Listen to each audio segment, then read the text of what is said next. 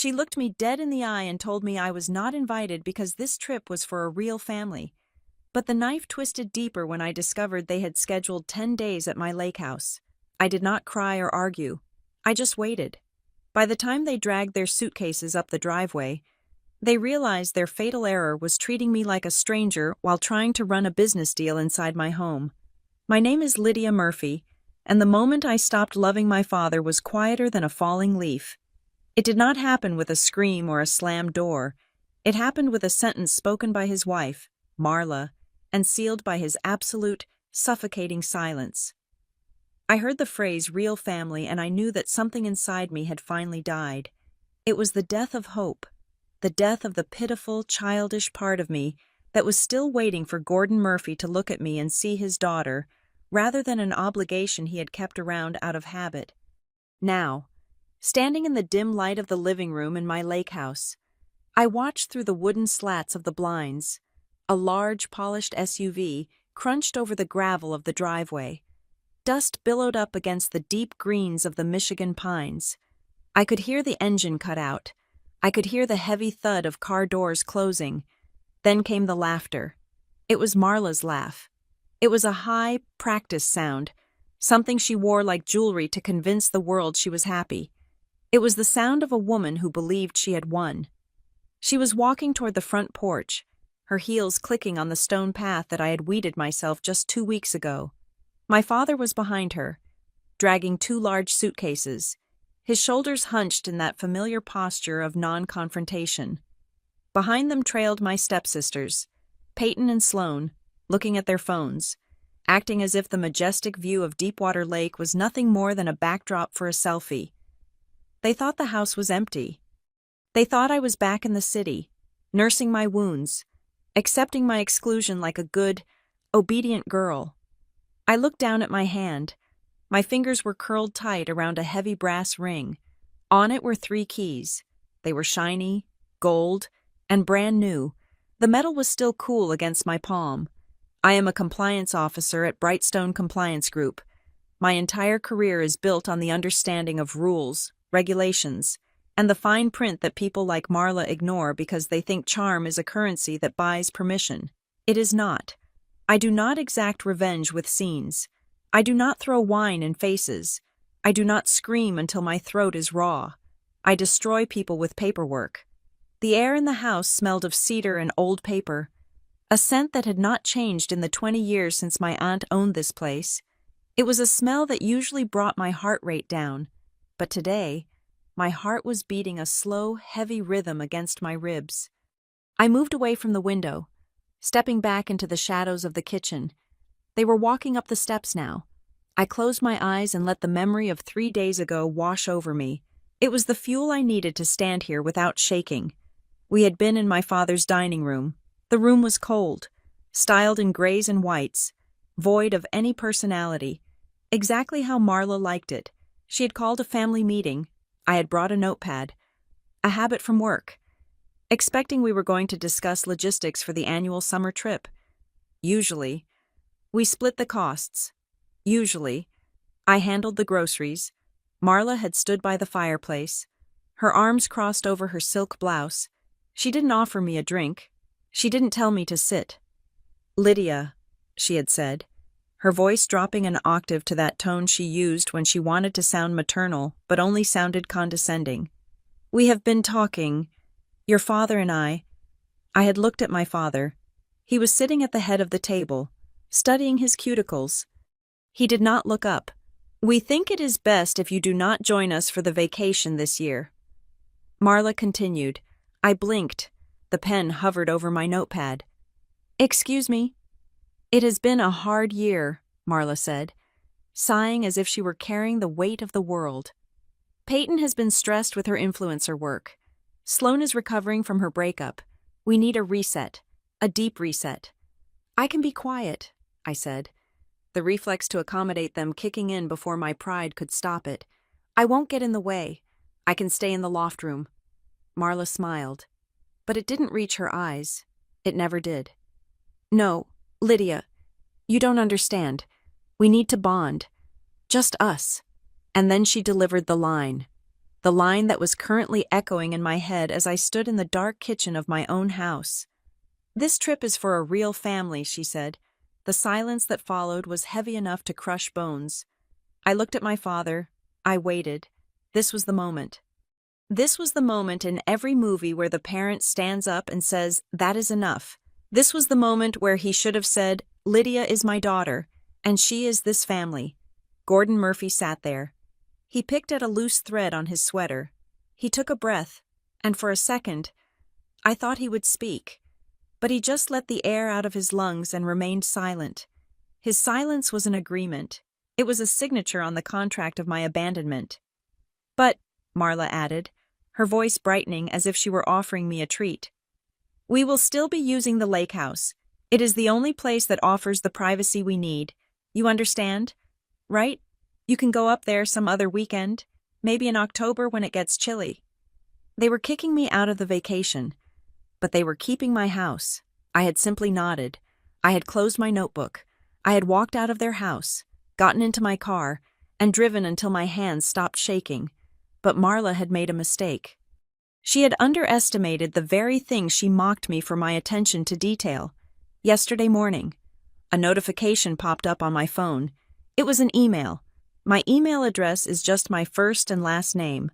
No numbers, no dots. It is easy to remember.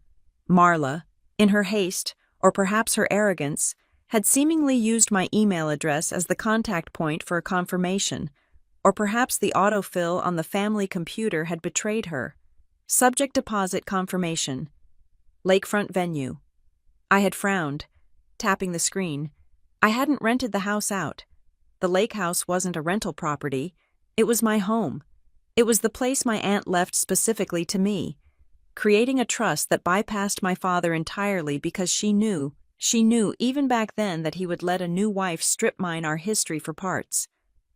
I opened the email. It wasn't just a confirmation for a family stay. It was a receipt for a deposit from a wellness retreat organizer. "Thank you for securing the Deepwater Lake Estate for the Soul O Spirit Influencer Weekend. We have locked the dates for 10 days as discussed. The balance of $5,000 will be paid upon arrival to the host." I sat in my office chair, the glow of the monitor illuminating the sudden realization. They weren't just going on vacation. They weren't just excluding me from family time. They were selling my house. They were using my property, my sanctuary, to host a commercial event, likely to fund Peyton's failing lifestyle or Marla's shopping habits. They were going to pretend it was their estate, pocket the money, and leave me to clean up the mess. That was the moment the sadness evaporated. That was the moment the cold clarity set in. I took the rest of the week off work. I drove 4 hours north to Michigan. I arrived 18 hours before them. The first thing I did was call a locksmith. "I need every cylinder changed," I told the man, a local named Miller who had known my aunt. "Front door, back door, garage, boathouse, everything." "Lost your keys?"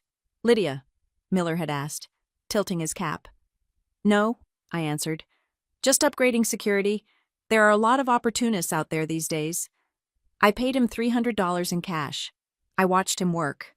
When he handed me the new keys, I felt a surge of power that was almost intoxicating. Now. I stood in the kitchen. The house was breathing around me.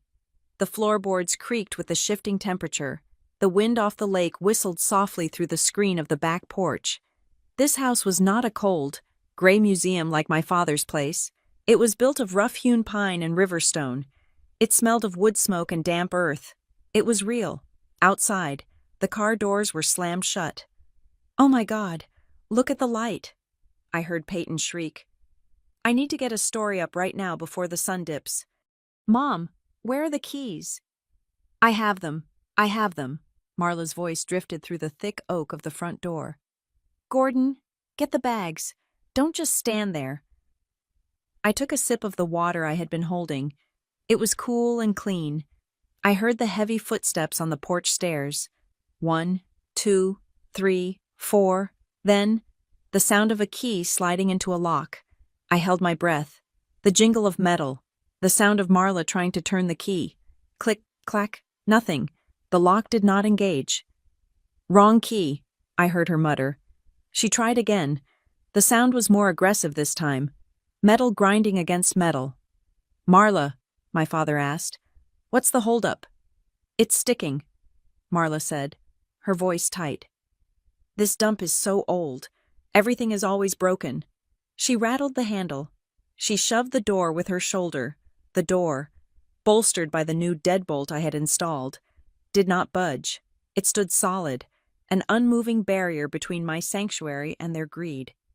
"Let me try," my father said. I could picture him taking the keys. I could picture his large, soft hands fumbling with the keychain. He tried. He twisted. He pushed. "It doesn't fit," he said, sounding confused. "It goes in, but it doesn't turn." "What do you mean it doesn't turn?" Marla snapped. "We were just here 2 months ago to check the roof. It worked then." I smiled in the darkness. "To measure the rooms, to stage the photos for the listing." She had almost slipped. "Maybe the humidity swelled the wood," Peyton whined. "Mom, I have to pee. Seriously." "Go around the back," Marla commanded. "The sliding door on the deck, the lock on that, is basically a suggestion." I moved silently through the kitchen, my socks sliding over the hardwood. I reached the back of the house just as I heard heavy boots stomping onto the wooden deck. I had placed a steel security bar in the track of the sliding glass door. I had also engaged the new footlock I installed yesterday. Marla was at the glass now. She cupped her hands around her eyes, peering in. The afternoon sun was reflecting off the glass, making it hard for her to see deep into the room, but I could see her perfectly. Her face was distorted by frustration, her makeup settling into the lines around her mouth. She grabbed the handle and yanked. The door stayed firm. "It's locked too," she screamed. "Gordon, the back is locked." "That's impossible," my father called out from the front yard. "We never lock the deadbolt on the slider." "Well, it is locked now." I stepped forward. I moved out of the shadow of the refrigerator and into the slice of sunlight cutting across the kitchen floor. Marla saw movement. She froze. She pressed her face closer to the glass. "Hello?" she called out, her voice trembling slightly. "Is someone in there?" I walked to the sliding door. I stood right in front of it, less than a foot away from her face, separated only by the double-paned glass. Her eyes went wide. She stumbled back, clutching her chest. "Lydia," she gasped. The word was not a greeting. It was an accusation. I reached up and undid the latch, then the security bar. I slid the door open just 2 inches. The chain lock I had installed near the top caught it, pulling taut with a sharp metal snap. "Lydia," Marla said, her shock quickly morphing into indignation. "What are you doing here? You scared me to death." "I live here," I said. My voice was calm, unwavering. It sounded like the voice I used when informing a CEO that his company had violated federal safety standards. My father came running around the side of the house, out of breath. His face flushed. Peyton and Sloane trailed behind him, looking annoyed. "Lydia." Dad stopped, staring at me through the crack in the door. "What is going on? Why is the door chained?" "The keys didn't work," Marla spat, pointing a manicured finger at me. "She changed the locks, Gordon. She changed the locks." "Is this a joke?" my father asked, his brow furrowing. "Lydia, open the door. We have a lot of bags." "No," I said. The word hung in the air, simple and absolute. "What did you say?" Marla stepped forward, trying to push her hand through the gap. "Open this door immediately. We have guests coming, I mean. We are tired." "I know you have guests coming," I said, "but not today." "Lydia, stop this nonsense," my father said, his voice trying to find some authority. "We drove 4 hours. We are a family. Open the door." I looked him in the eye. I saw the weakness there. I saw the man who had let his wife tell me I wasn't part of the real family, and who was now asking me to open my home so he could pretend everything was fine. "You told me this trip was for a real family," I said. My father flinched. He looked down at his shoes. "We didn't mean it like that," Marla interjected, her voice rising to a shrill pitch. We meant immediate family, the household. You are twisting things. I am not twisting anything, I replied. I am clarifying. You said I wasn't going on vacation with you. I accepted that. So, I came to my house to enjoy my own time. Your house. Marla laughed. A sharp, barking sound. This is a family asset. Lydia, don't be selfish. It is in my name, I said. My aunt left it to me. The deed is in my safe. The taxes are paid from my account. It is my house. Gordon, do something, Marla shrieked. She is delusional. Lydia, Dad pleaded, stepping closer. Please, just let us in. We can talk about this inside. Marla has plans. We have food in the car that will spoil. I suggest you buy some ice, I said. There is a gas station 10 miles back on the highway. You can't do this, Peyton yelled from the back, finally looking up from her phone. I have to set up. The lighting is perfect right now. You aren't setting up anything, I said, looking at my stepsister. This is private property. I looked back at Marla. She was turning red, a vein throbbing in her forehead. She looked ready to tear the door off its hinges. We are not leaving, Marla hissed. We are staying right here. That is your choice, I said. But you will be staying on the lawn. The house is closed to visitors. Visitors, my father whispered.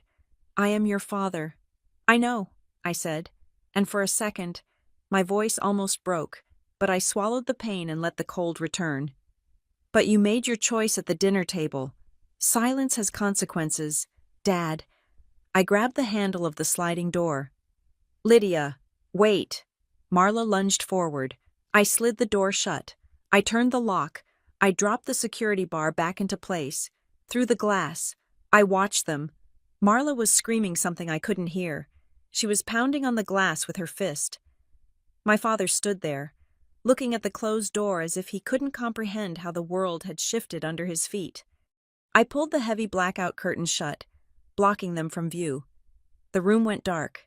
Save for the single lamp I had left on in the corner, I could still hear them muffled shouting outside, but it sounded distant, like a radio playing in another room. They had come here to rest, to profit, to erase me from my own space.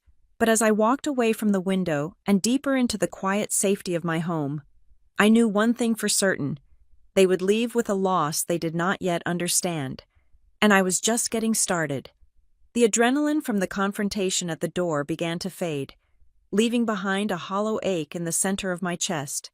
I walked away from the heavy curtains and moved toward the fireplace. I did not turn on the overhead lights. The twilight filtering through the high windows was enough. It was the same blue-gray light that used to wash over this room 30 years ago, back when the world was small, safe, and smelled of Swiss Miss cocoa powder and burning pine. This house was not just a structure of timber and glass.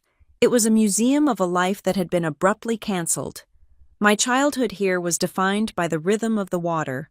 Deepwater Lake was not a resort destination back then. It was just a lake. It was where my mother taught me that silence was not something to be feared. I could still see her sitting in the oversized armchair by the hearth, her knees pulled up to her chest, blowing steam off a ceramic mug. She never bought the expensive chocolate. She liked the packets with the tiny, dehydrated marshmallows that dissolved into white foam. She would stir it for me, the metal spoon clinking against the side of the mug, a metronome of comfort. My father was different then. He was Gordon, the man who knew how to fix a dock and how to secure a storm shutter. I remember him standing by the barometer on the wall, tapping the glass with a fingernail. He would look at the sky, his face serious but not stressed, and tell us if the rain was coming. When the storms rolled in, he would go from window to window, latching them tight, making a show of protecting us. I felt unbreakable when I was inside these walls with them. I felt like we were a fortress. But fortresses crumble from the inside. My mother's illness was not a battle. I hate when people call it that. A battle implies a fight, a chance of winning. This was a theft. It was quick, brutal, and humiliating. 1 month she was complaining of fatigue, and 3 months later, The house was filled with the chemical smell of hospice cleaners. I was 11 years old. I watched my father shrink. He did not cry in front of me. He just stopped inhabiting his own body. He became a ghost that wore my father's clothes. After the funeral, the silence in our lives changed. It was no longer the comfortable silence of reading books by the fire. It was a heavy, suffocating silence. It was the sound of things being unsaid. My father decided that the way to survive grief was to amputate the past. He packed up her clothes in black garbage bags on a Tuesday morning while I was at school.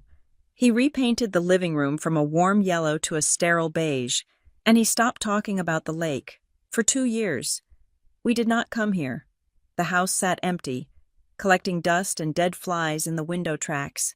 I would ask about it, and he would look through me, focusing on a spot on the wall behind my head, and say that we were too busy. He was trying to erase the map of his pain, but he was erasing my history in the process. Then came Marla. Marla Hensley met my father at a conference in Chicago. She was everything our life currently was not. She was organized, vibrant, and aggressively present. She did not walk into a room, she curated it. She wore structured blazers and laughed at the right volume. When she looked at my father, she didn't see a widower. She saw a project. She saw a man who needed better ties, a better haircut, and a better narrative. They were married 10 months after they met. I stood at the altar in a dress Marla had chosen, a shade of peach that made me look jaundiced, and forced a smile. I wanted my father to be happy. I really did. But even then, at 14, I realized that Marla's version of happiness required a certain amount of editing. She was never cruel to me. That would have been easier to handle. Cruelty you can fight. You can scream at cruelty. Marla was polite. She was appropriately maternal in public. She remembered my birthday with gift cards to stores I never shopped at, but she treated me like a piece of furniture that came with the marriage, something slightly out of style that she couldn't quite throw away. So she just worked around it. She brought her own daughters, Peyton and Sloane. They were a year apart in age, a united front of blonde hair and shared giggles. They weren't evil stepsisters from a fairy tale. They didn't lock me in the attic. They just occupied all the space. They filled the bathroom with their products. They filled the air with their inside jokes. They filled my father's time with their volleyball games and dance recitals. I became the observer. I learned to make myself small. I learned that if I didn't make noise, I wouldn't be corrected. This survival mechanism followed me into adulthood. I became a compliance officer because it suited the person Marla and my father had shaped. My job is to read the rules, identify the risks, and ensure that nothing goes wrong. I spend my days looking for cracks in the foundation of corporate structures. I am good at it because I have spent 20 years anticipating disaster. I learned to swallow my opinions.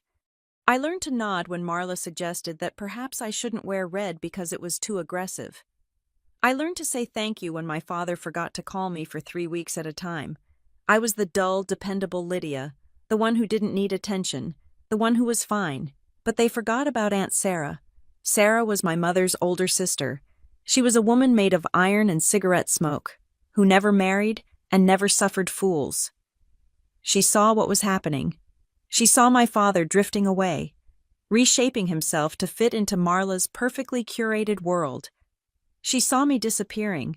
When Aunt Sarah died 4 years ago, everyone assumed her estate would go to my father, or perhaps be split among the family. Marla had already started talking about how they could renovate Sarah's cottage, maybe sell it to fund a pool for their main house. I will never forget the day the lawyer read the will. We were in a conference room with a long mahogany table. Marla was holding my father's hand, her face composed in a mask of solemnity. The lawyer, a man named Mr. Henderson, who had known my mother, slid a thick document across the table. The lake property at Deepwater, he had said, his voice gravelly, along with the maintenance trust, is left in its entirety to Lydia Marie Murphy. The room had gone silent. "Excuse me," Marla had said, her poise cracking for a fraction of a second. "I think you mean the family." "No," Mr. Henderson had replied, looking over his spectacles. "I mean Lydia. Sarah was very specific. The deed is to be transferred to Lydia's name solely. It is not marital property. It is not part of Gordon's estate." My father had blinked, looking at me as if seeing me for the first time in years. "Lydia, but she can't manage a property like that. The trust covers the taxes and upkeep for 10 years, the lawyer said. She can manage it fine." Marla had tried to smile, but it looked like she had bitten into a lemon. "Well, that is generous. Of course, we will help her decide what to do with it. It is a big responsibility." I hadn't said a word. I just signed the papers. My hand didn't shake. I didn't keep the house because of the real estate value. I didn't keep it because I wanted a vacation home. I kept it because it was the only place left in the world that Marla hadn't touched. It was a time capsule. When I walked through the front door, the smell of the cedar took me back to being 7 years old. The scratches on the floorboards were from my dog, Buster. The height chart penciled onto the pantry door frame still stopped at age 11, the year Mom died. If I sold it, or if I let them renovate it, I would lose the last proof that we had been a family before Marla. I would lose the proof that my father used to be a man who closed windows against the storm, rather than a man who hid behind his wife. The conflict started slowly, like water seeping into a basement. At first, Marla acted like the ownership was a technicality. She would call me and say, "We are thinking of going up to the family lake house this weekend." I would correct her gently. "You mean my house?" She would laugh. That light, dismissive tinkling sound. "Oh, Lydia, you are so formal. You know what I mean. It's for all of us." She started buying things for the house without asking. A set of beige towels, a generic landscape painting to replace the weird, abstract watercolor my mother had done. I would arrive at the house and find these items, foreign invaders in my sanctuary. I would pack them up and put them in the garage, restoring the room to exactly how it was.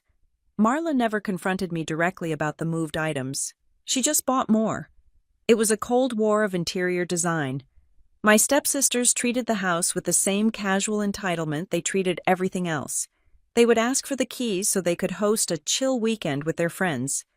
When I said no, they would look at me with wide, confused eyes, as if I were speaking a foreign language.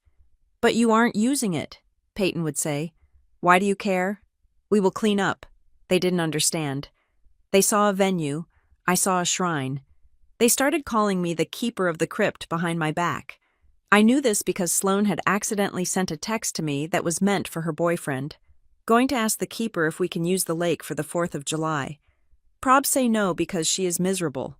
I hadn't replied. I just deleted the message. My father remained neutral. That was his specialty. When Marla complained that the kitchen needed updating, he would nod. When I said I liked the vintage cabinets, he would nod. He was a Switzerland that had been conquered, but refused to admit it. But the tension had been building. I could feel it tightening like a screw with every passing month. Marla was getting impatient. She didn't like things she couldn't control.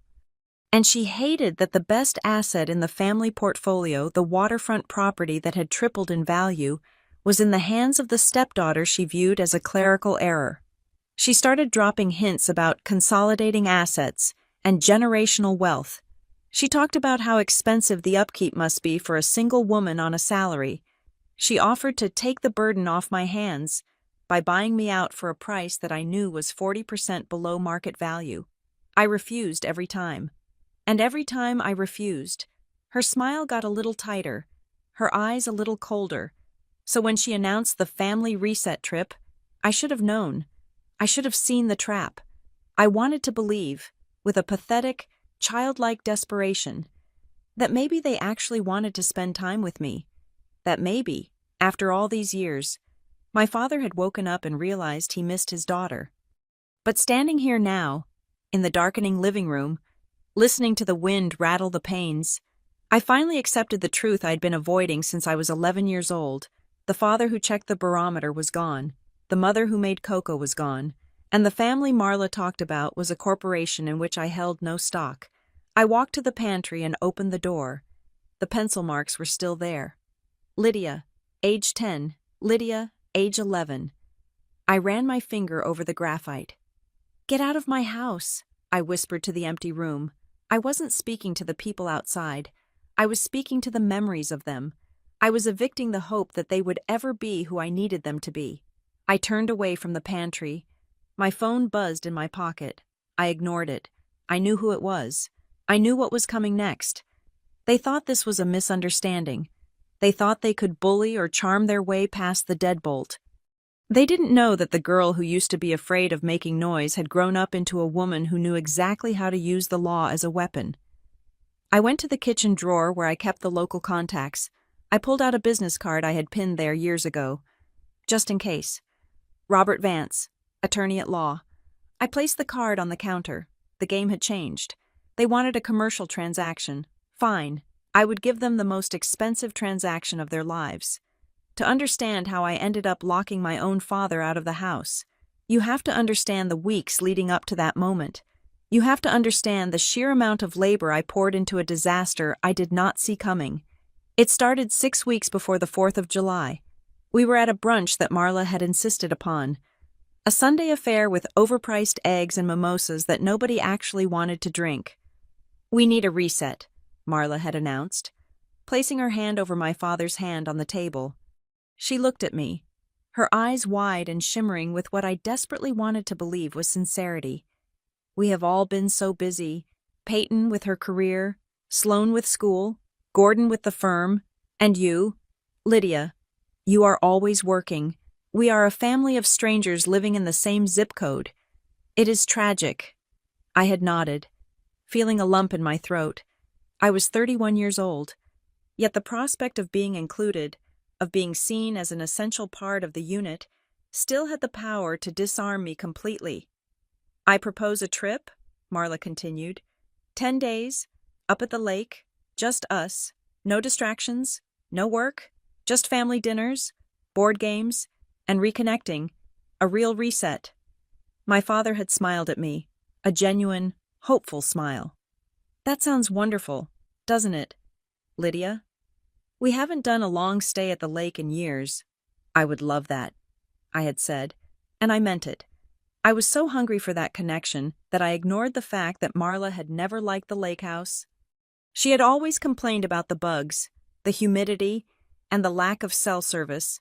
But people change. I told myself, maybe she was trying.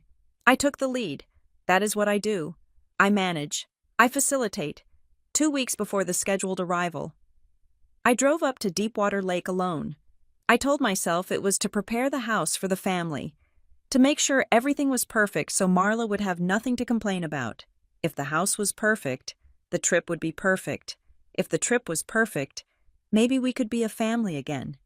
I spent 3 days on my hands and knees. I scrubbed the grout in the master bathroom with a toothbrush because I knew Marla hated mildew. I climbed a ladder to dust the ceiling fans that hadn't been touched since last summer. I went into the crawl space, a place filled with spider webs, and the damp smell of earth to check the pressure on the water heater because I knew Peyton took 40-minute showers and would throw a fit if the water ran cold. I spent $1,200 of my own money at the local upscale grocery store. I bought the almond milk Sloan liked. I bought the specific brand of organic dark roast coffee my father drank. I stocked the freezer with steaks and the pantry with gluten-free crackers. Even though none of us were actually gluten intolerant, I wanted them to walk in and feel cared for. I wanted them to see the stocked fridge and realize that I loved them. I was changing the sheets in the guest room, smoothing out the high thread count cotton I had brought from my apartment in the city, when my phone buzzed. It was a text from Marla. "Change of plans. Peyton is bringing Bryce, and Sloan invited her friend, Kiki. We need 2 more beds set up." I stared at the screen. The house had 3 bedrooms and a loft. It was comfortable for 5 people. It was tight for 7. Bryce was Peyton's on-again, off-again boyfriend, a man who wore sunglasses indoors and referred to himself as an entrepreneur despite having no visible source of income. I didn't know who Kiki was. I typed back, "Space is going to be tight. I might have to put the girls in the loft." Marla's reply came 3 seconds later. "No, the girls need their privacy. Put Bryce in the den on the pullout. You can take the loft, right? You don't mind roughing it for the family." I looked at the guest room I had just prepared. It was the room I usually slept in. It had a view of the sunrise. Sure, I typed. I will take the loft.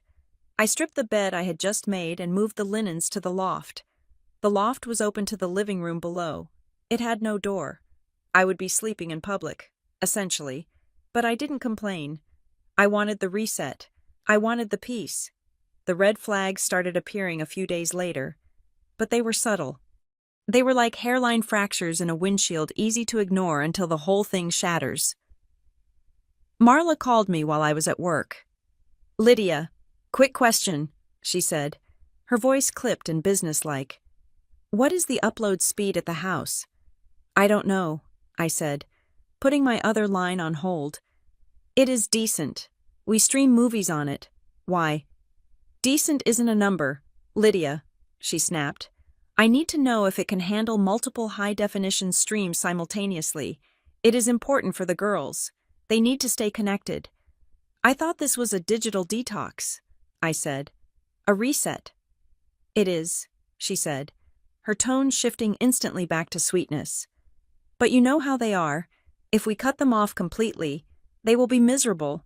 We need to ease them into it. Also, how many outlets are there on the main deck, and is the railing secure enough to clamp things onto?" "Clamp things?" I asked.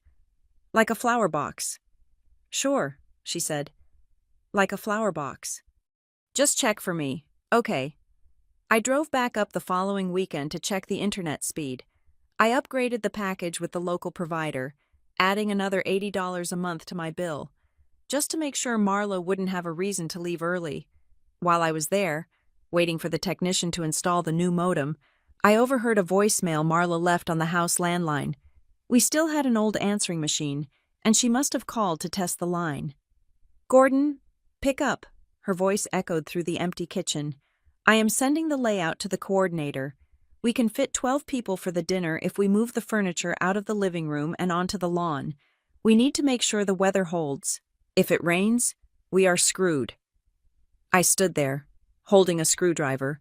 12 people. I did the math in my head. Dad, Marla, Peyton, Sloan, me, that was 5, plus Bryce and Kiki, that was 7. Who were the other 5 people I called my father that night? "Dad," I said, trying to keep my voice casual. "I heard Marla mention a dinner for 12. Are we having a party?" "Oh, you know Marla," my father said, sounding tired. "She probably invited the neighbors, or maybe some of her cousins are passing through. She wants it to be festive. Don't worry about it. Lydia, she is handling the food." "Okay," I said. "I just want to make sure we have enough chairs." "Stop worrying," he said. "Just show up and relax. You always overthink things." I hung up, feeling foolish. He was right. I was overthinking it. Marla was a social creature. Of course she would invite people. I should be grateful she was putting in the effort to host. Then came the email. It arrived on a Tuesday morning, buried between a newsletter from a clothing brand and a bill for my car insurance. Subject deposit confirmation. Lakefront venue. I frowned. I hovered my mouse over it. My first instinct was that it was a phishing scam. I worked in compliance. I saw these things all the time. Scammers would send fake invoices to trick you into clicking a link. I almost deleted it. But something about the preview text caught my eye. "Dear host, we have received the initial $4,000 via wire transfer." I opened it. It looked legitimate. It was from a company called Soul Spirit Events. It listed my address. It listed the dates of our family trip. I sat back in my chair, my heart doing a strange little flip. Was Marla hiring an event planner for the family dinner? $4,000 was a lot of money for a deposit on a dinner. Was she planning a surprise anniversary party for Dad? I looked at the to field. It was addressed to Lydia Murphy, but I hadn't booked anything. Then I looked closer. The email had been forwarded. It had originally gone to Marla's personal email, and she or some automated system had forwarded it to me. Or perhaps, because my name was on the property deed, which was public record, the vendor had CC'd me automatically as the owner. I read the body of the email again. Wellness retreat package, 10 participants, photography add-on included. My stomach tightened. A wellness retreat during our family vacation.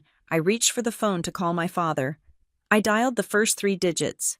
Then I stopped. If I called him, I would be the troublemaker. I would be the one accusing Marla of something before I had all the facts. Maybe we were the wellness retreat. Maybe this was her way of making the reset official. Maybe she had hired yoga instructors for us. That actually sounded like something Marla would do, turn a family hangout into a curated experience with instructors and itineraries. If I made a scene now, they would say I was ungrateful. They would say I was ruining the surprise. You always overthink things. My father's voice echoed in my head. I lowered the phone. I didn't call. Instead, I did what I always did. I saved the email.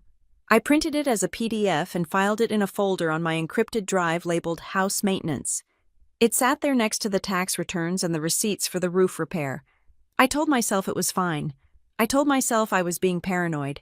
The Friday before the trip, I drove up one last time to do the final check. I mowed the lawn myself, pushing the heavy mower through the thick summer grass until my arms ached and my shirt was soaked with sweat. I arranged the deck furniture exactly how Marla liked it. I put fresh flowers in vases in every room. I walked down to the dock as the sun was setting. The water was like a sheet of dark glass, reflecting the purple and orange of the sky. It was so quiet, I could hear a fish jump 50 yards out. I stood there, looking back at the house. The windows were gleaming. The flower boxes were full of bright geraniums. It looked perfect. It looked like the home I had always wanted. But as I stood there, a cold shiver ran down my spine that had nothing to do with the evening breeze. I felt a sudden, crushing weight in my chest. I felt like I was standing in a room where a crime was about to be committed, but I was the only one who could see the weapon. I had prepared the house for a family that didn't exist. I had polished the floorboards for people who would walk all over me. I looked down at the water, dark and deep. Please, I whispered to the lake, a prayer to the only thing that had ever really kept my secrets. Please let me be wrong. I wasn't wrong. I was just blind. And I was about to wake up, the Tuesday before the trip. My phone rang at exactly 2 p.m. It was my father. Lydia, he said, his voice carrying that forced casualness that usually preceded bad news or a request for money. Can you swing by the house tonight? Around 7. Marla and I want to go over some final details for the lake trip. Of course, I said, immediately reaching for my calendar to block out the time. I have the grocery list drafted, and I wanted to check if Peyton is still eating keto or if that ended last week. Just come over, he said. We will talk then. I arrived at 6:55. Punctuality is a vice of mine, one that Marla always found annoying because it made her own chronic lateness look bad. I parked my sedan next to my father's pristine SUV and Marla's convertible. The house, a sprawling modern construction in a gated community, looked like a magazine spread. It was beautiful, expensive, and completely devoid of warmth. I walked to the front door with my leather-bound notebook tucked under my arm. Inside that notebook, I had organized everything. I had a tab for meal planning, a tab for local emergency numbers, and a tab for activities that would bridge the gap between a 60-year-old man and 2 20-something influencers. I had spent hours on it. I was ready to be the perfect daughter, the perfect host, the perfect peacemaker. I keyed in the code and let myself in. The house smelled of vanilla and harsh cleaning agents. We are in the dining room, Marla's voice floated down the hallway. I walked in. The dining table was a slab of gray marble that looked like a tombstone. My father was sitting at the head of the table, his hands clasped in front of him, staring at a small smudge on the polished surface. Marla was standing by the fireplace, leaning against the mantel with a glass of white wine in her hand. She wasn't smiling. Hi, I said, setting my notebook down on the table. The sound echoed in the quiet room. I brought the itinerary. I was thinking for the first night, since we will all be tired from the drive, we could just do a simple barbecue. I can prep the marinade beforehand. I opened the notebook, clicking my pen. I looked up, ready to work. Nobody spoke. My father shifted in his chair. He looked physically uncomfortable, as if his collar was too tight. Marla took a slow sip of her wine, her eyes fixed on me with a look of detached pity. "Lydia," Marla said softly. She set her glass down on the mantel with a sharp clink. "Put the notebook away." I froze. "What?" "We don't need the itinerary," she said. She pushed off the mantel and took a step toward me. Her movements were fluid, predatory. "Gordon and I have been discussing the logistics of this trip. We have been doing a lot of thinking about what we really need right now." I looked at my father. "Dad, is something wrong? Is the car acting up again?" He didn't look up. He rubbed his thumb against his palm, a nervous tick I hadn't seen in years. "The thing is," Marla continued, taking control of the silence my father left behind, "this year has been incredibly draining for us. The merger at Gordon's firm, the drama with Sloane's school, the pressure on Peyton, we are all exhausted. Lydia, visibly exhausted." "I know," I said, nodding earnestly. "That is why I prepped the house. I made sure everything is ready so you guys don't have to lift a finger." "That is sweet," Marla said, but the word tasted sour. "But it is not about the housework. It is about the dynamic." She paused. She wanted to make sure I heard every syllable of what came next. "We have decided that it is best if you do not come with us this time." The air left the room.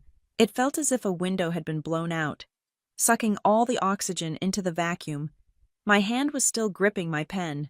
I stared at her, waiting for the punchline, waiting for the laugh. "I don't understand," I said. My voice sounded small, like a child's. "I am driving up separately. I have my own room. I won't be in the way." "It is not about space," Marla said, her voice dropping to a whisper that was supposed to sound gentle, but felt like a scalpel. "It is about connection. The girls, they feel intimidated when you are around. You are so rigid, Lydia. You are always watching, always judging. They can't relax. And Gordon, well, he feels torn. He spends the whole time trying to make sure you are okay, and he can't focus on his wife." I looked at my father. He was still staring at the table. "Dad," I asked, "is that true? Do you feel torn?" He sighed. A long, ragged exhale. "Lydia, honey, it is just 10 days. It is not a big deal. Marla thinks we think it might be good to have just the immediate unit, to bond." "The immediate unit," I repeated. The words felt like stones in my mouth. "Yes," Marla said, nodding as if I had finally solved a difficult math problem. "This trip is for a real family." Time stopped. I looked at Marla. She wasn't angry.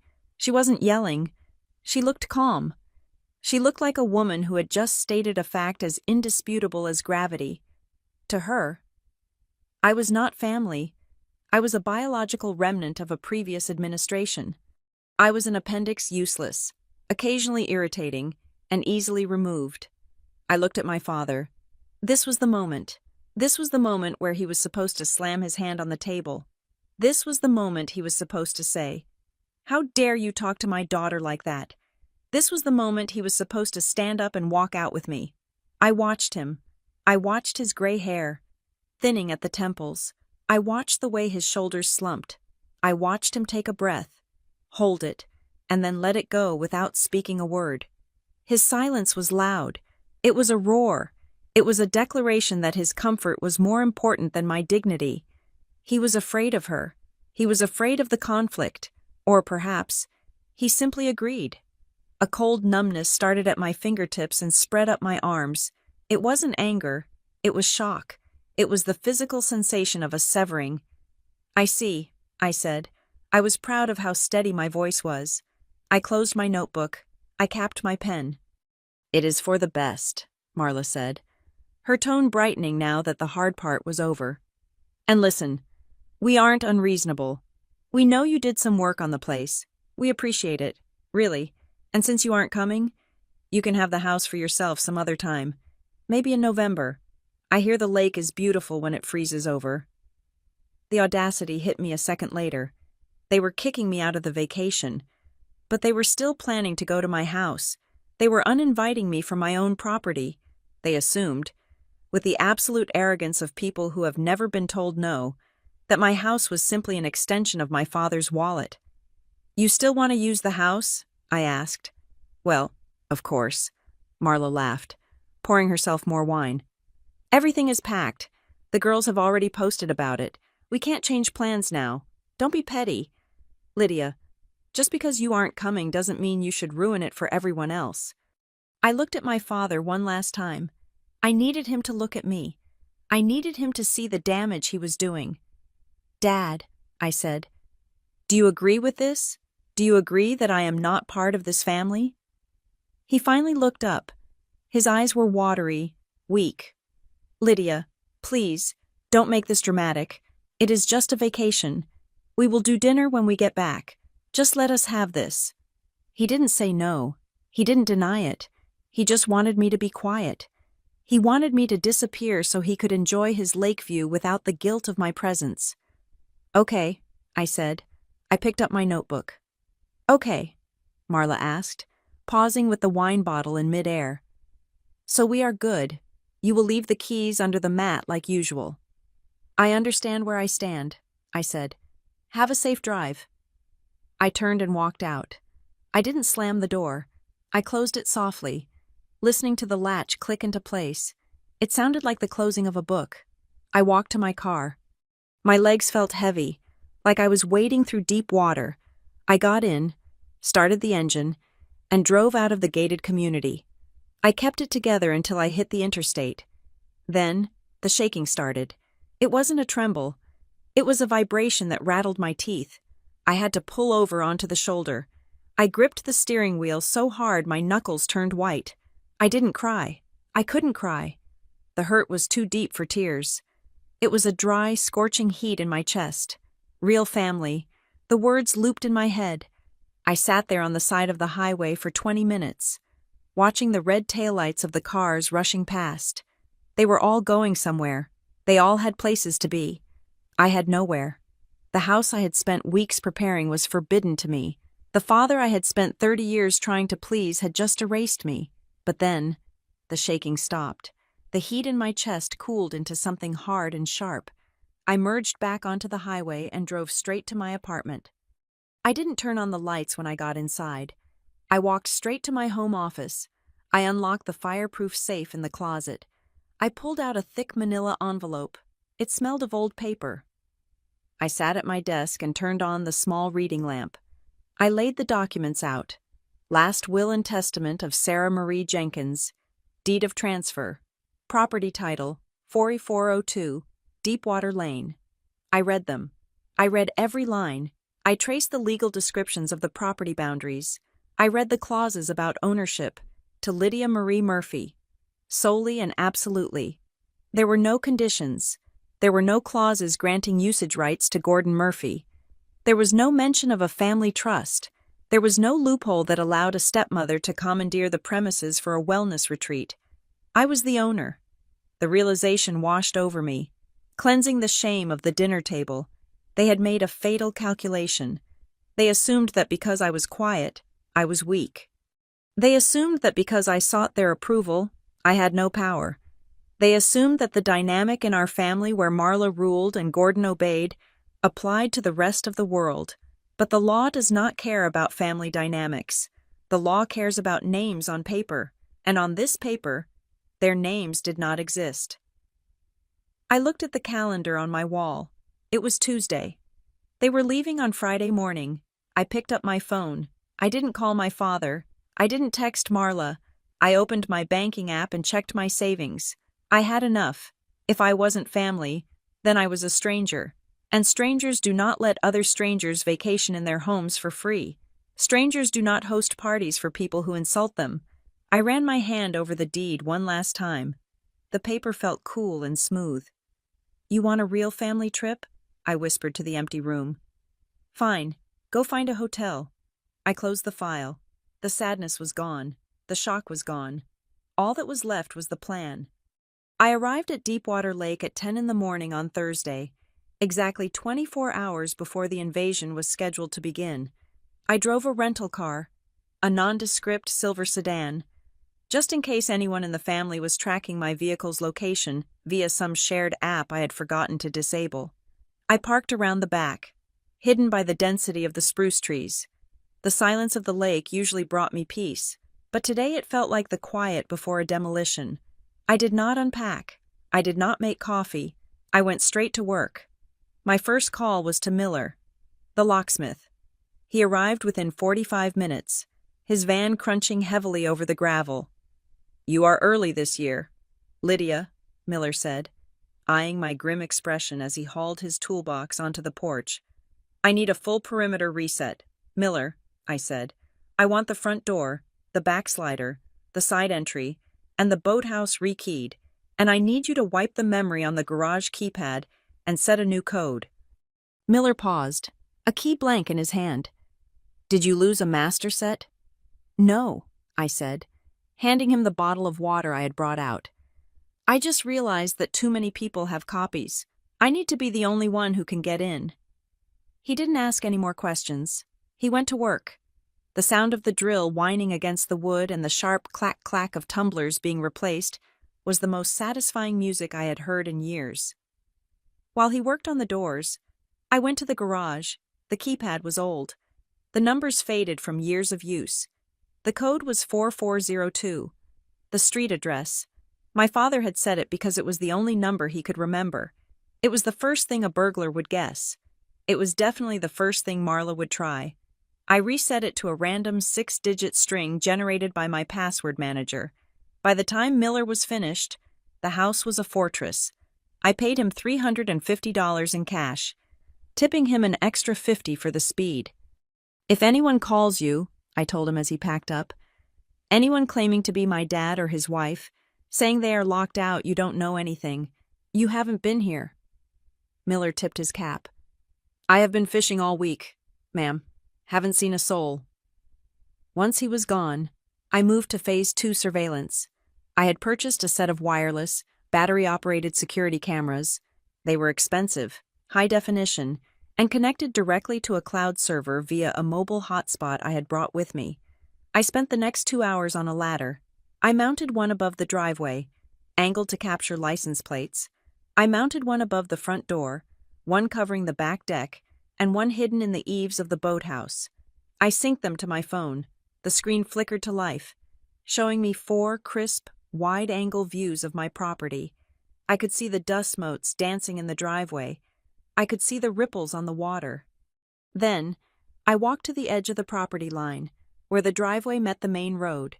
I took a hammer and drove a metal stake into the soft earth. I bolted a sign to it. "Private property, no trespassing, video surveillance in use." It was not a friendly wooden sign with hand-painted letters. It was an industrial aluminum sign, red and white, reflective and legally binding. In Michigan, posting these signs removes any ambiguity about implied consent for entry. With the physical perimeter engaged, I went inside to deal with the paper trail.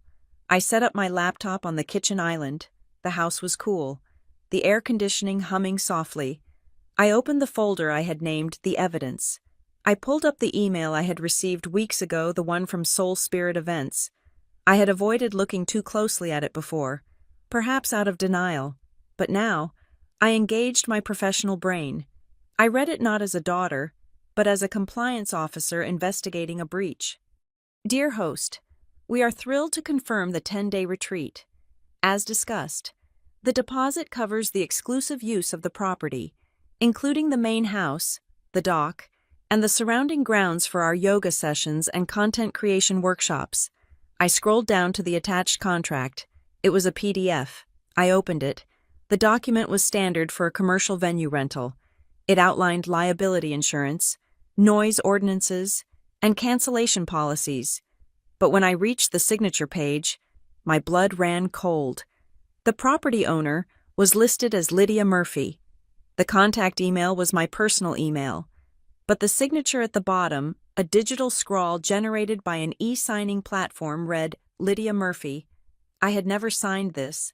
I looked at the date stamp. It was signed 3 weeks ago, on a Tuesday morning at 10 o'clock.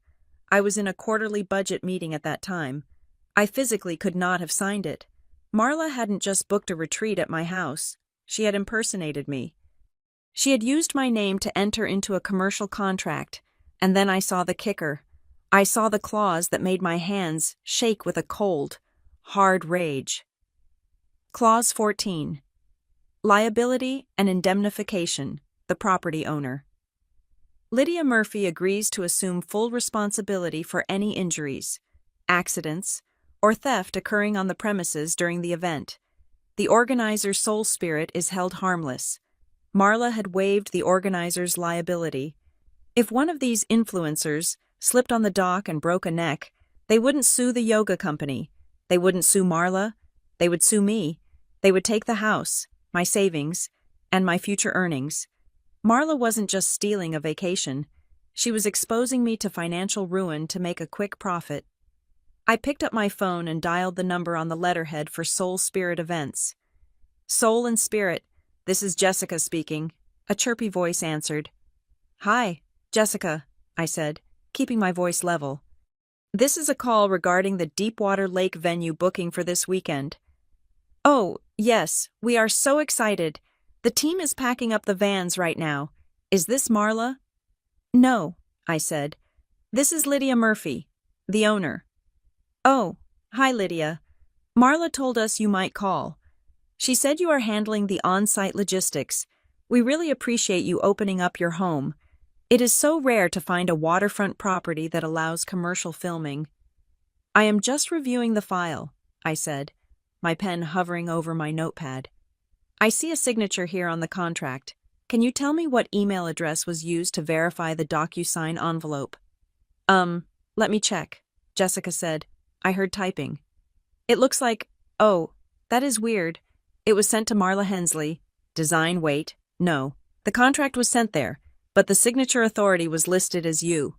So the email that received the link to sign was Marla's email, I asked. Yes, Jessica said. She said she was your agent, that she handles your bookings. I see, I said. And the deposit. The $4,000. How was that paid? Credit card, Jessica said. A Visa ending in 4491. That was my father's card. The joint account. Thank you, Jessica, I said. That is all I needed to know. Great. See you tomorrow around noon. The catering truck is arriving first. We will see, I said. I hung up. I did not cancel the event. If I canceled it now, over the phone, Marla would just spin a story. She would tell my father I was being difficult. She would tell the company there was a misunderstanding. No, I needed them to arrive. I needed the sheriff to see the vans. I needed the fraud to be physical, tangible, and undeniable. I grabbed my keys and drove into town, to the small office building that housed the only law firm in Cedar Hollow. Robert Vance was a man in his 60s who wore suspenders without irony and had a mind like a steel trap. He had handled my aunt's estate. He knew the history. I sat in his leather chair, the air conditioning rattling in the window unit, and laid everything out. The deed, the email, the forged contract, the text messages where Marla told me I wasn't allowed to come. Robert read them in silence. He adjusted his glasses. He looked at the contract again. This is fraud. Lydia, he said, his voice grave. Wire fraud, identity theft, and forgery. And if they set foot on the property to conduct business without a permit, it is also a zoning violation. I know, I said. I don't want to arrest them yet. I just want them out. And I want to make sure that when I turn them away, I am not the one who gets in trouble. You won't, Robert said. You are the sole owner. You have no lease agreement with them. They have no tenancy rights. They are guests who have had their invitation revoked. If they refuse to leave, it is criminal trespassing. He drafted a letter for me right there. It was a formal notice of no trespass. He printed it on heavy bond paper and embossed it with his seal. Keep this in your hand, Robert instructed. If the police are called, and they likely will be, knowing people like your stepmother, you show them the deed, and you show them this letter. You tell them that you have not authorized any guests. You do not engage in a debate about family. The law does not care about feelings. It cares about authorization. What if she claims we have a verbal contract? I asked. The statute of frauds, Robert said, smiling slightly. Any agreement involving real estate interest or a term longer than 1 year, or of significant value, usually requires writing. She has no writing. You have the deed. You win. He walked me to the door. One more thing. Lydia, he said, placing a hand on my shoulder. When they arrive, do not get emotional. They will try to trigger you. They will try to make you scream so they can record you and show the police that you are unstable. It is a common tactic. Be boring. Be a broken record. I can do boring, I said. I drove back to the lake house. The sun was beginning to dip low in the sky, casting long shadows across the driveway. I checked the cameras. No movement. I went into the bathroom and stood in front of the mirror. I looked at my reflection. I looked tired, but my eyes were clear. I began to practice. I treated it like a compliance audit presentation. I am the sole owner of this property. You are not authorized to be here. Please leave the premises immediately. I will not discuss this further. I said the lines over and over again. I stripped the anger out of them. I stripped the hurt out of them. I said them until they sounded like automated messages. I needed to be a wall. Walls do not argue. Walls just stand there. For dinner, I didn't order pizza. I didn't eat a sad sandwich over the sink. I took one of the ribeye steaks I had bought for my father, the $40 dry-aged steaks he loved, and I seasoned it with sea salt and cracked pepper. I fired up the grill on the deck. I seared the meat perfectly, medium rare. I tossed a salad with the organic greens I had purchased for Marla. I opened a bottle of Cabernet that I had bought for the family dinner. I sat at the table on the deck, overlooking the water. The sun was gone, leaving a bruise of purple on the horizon. The fireflies were starting to blink in the tall grass. I cut into the steak. It was delicious. I ate alone, surrounded by the silence of the trees and the protective hum of my security system. For the first time in my life, the solitude didn't feel like loneliness. It felt like sovereignty. I took a sip of wine. To the real family. I toasted to the empty lake. I was the real family. I was the one who protected this house. I was the one who honored my aunt's memory, and tomorrow, I would honor myself. The notification on my phone screen was silent, but it hit me like a physical shove. Motion-detected driveway camera. I was sitting in the kitchen, a mug of herbal tea cooling in front of me. It was 3 o'clock on Friday afternoon. The sun was high and brutal, baking the pine needles outside into a fragrant crisp.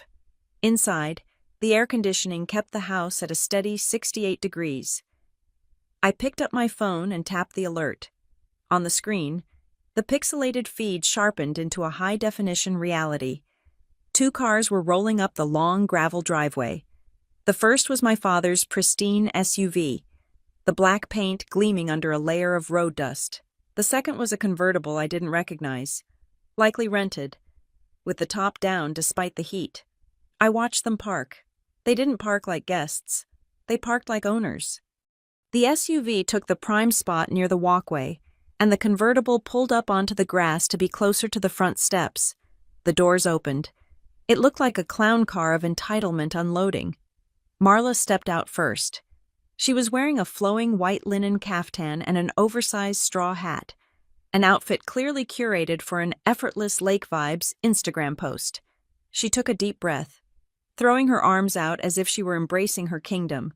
My father got out slowly, stretching his back. Then came the girls. Peyton and Sloane spilled out of the convertible, phones already raised, recording stories for their followers. Finally, I heard Peyton's voice through the camera's microphone. "You guys, look at this location. It is giving major sanctuary energy." 2 young men followed them.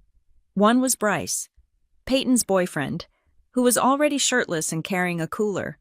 The other, I assumed, was Sloane's friend or partner, a lanky guy with a camera bag slung over his shoulder.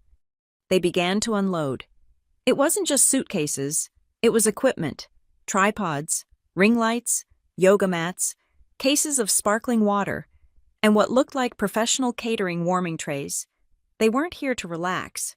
They were here to work. They were here to extract value from my property. I stood up and walked to the hallway. I didn't go to the window. I didn't need to. I knew exactly where they were going. I heard their footsteps on the wooden porch stairs, the heavy thud of the cooler being set down, the chatter of excitement. "Okay, Gordon, give me the keys," Marla said. Her voice was muffled by the thick oak of the front door, but clear enough. "I want to get the fridge stocked before the crew gets here." "I have them right here," my father said. I leaned against the wall in the hallway. Crossing my arms, I waited. There was the familiar jingle of the keychain, then the sound of metal sliding into the lock. Scritch-scratch, silence. "Jiggle it," Marla said. Clack, clack, clack. "I am jiggling it," my father said, sounding irritated. "It is stiff." "Let me do it," Marla said. I heard the keys change hands. Marla, aggressive and impatient, jammed the key in. She turned it hard. I could hear the torque she was applying, enough to bend a weaker key. The deadbolt did not move. It was a Medico high-security lock, installed by Miller yesterday. The key my father held was for a Schlager cylinder that was currently sitting in a dumpster behind the locksmith's shop. "What is wrong with this thing?" Marla snapped. She rattled the handle violently. "Hello, is the door stuck?" "Maybe it is the humidity," Bryce suggested from the back. "Wood swells up, you know." "It is not the humidity," Marla said. "The key goes in, but it won't turn. Gordon, did you grab the right set?" "It is the only set I have, Marla," my father said. "The one with the little boat keychain, same as always." "Well, it is not working." Marla kicked the bottom of the door. A dull thud echoed through the house. "Great, just great. We drive 4 hours and the lock is broken." "Try the back," Sloan said. "The slider is always open. Lydia never locks the deadbolt on that one." "Good point," Marla said. "Girls, go around back. Gordon, keep trying this. I will go open it from the inside." I moved. I walked silently through the living room to the kitchen. The back wall of the house was mostly glass, offering a panoramic view of the lake. I had drawn the sheer curtains, so they couldn't see clearly inside, but I could see their shapes moving along the deck. Marla, Peyton, and Sloan marched up to the sliding glass door. Marla didn't hesitate. She grabbed the handle and yanked. The door stopped dead. The security bar I had placed in the track held it firm. "What on earth?" Marla pressed her face against the glass. She cupped her hands around her eyes to block the glare. "It is locked too." "Since when do we lock the back?" "Maybe Lydia came up to winterize it and locked everything down," Sloan asked. "In June?" Marla scoffed. "Don't be stupid." She banged on the glass with the flat of her hand. "Hello, is anyone in there?" "The door is stuck." I took a deep breath. I smoothed down the front of my blouse. I wasn't shaking. I wasn't afraid. I felt a cold, crystalline clarity. I stepped into the frame. Marla jumped back as if she had seen a ghost. "Oh my God," she gasped, clutching her chest. "Lydia, you are here." Her shock was instantly replaced by annoyance. She pointed a finger at the glass. "Open the door. You scared the life out of me. Why are you lurking in the dark?" I walked to the door. I unlocked the floor bolt. I unlocked the handle. But I left the heavy-duty chain engaged at the top. I slid the door open. It moved 4 inches before the chain caught it with a sharp, metallic snap. The gap was wide enough for us to see each other perfectly, but narrow enough to keep them out. The blast of hot, humid air hit my face, smelling of sweat and expensive perfume. "Lydia," Marla said, staring at the chain. "What is this?" "Open the door properly. We have bags." My father came running around the corner of the deck, sweating and red-faced. "Is it open?" "Thank God. I thought we were going to have to break a window." He stopped when he saw the chain. He saw me standing in the sliver of darkness. "Lydia," he said, wiping his forehead with a handkerchief. "What are you doing? Take the chain off." "No," I said. The word hung there, suspended in the heat. "Excuse me." Marla stepped closer. her face inches from the gap. What kind of game is this? It is 90 degrees out here. We have food that is going to spoil. Open the door. I can't do that, I said. My voice was calm, almost bored. It was the voice I used when telling a client their safety protocols were non-compliant. Why not? Peyton asked. Holding her phone up, I noticed the red recording light was on.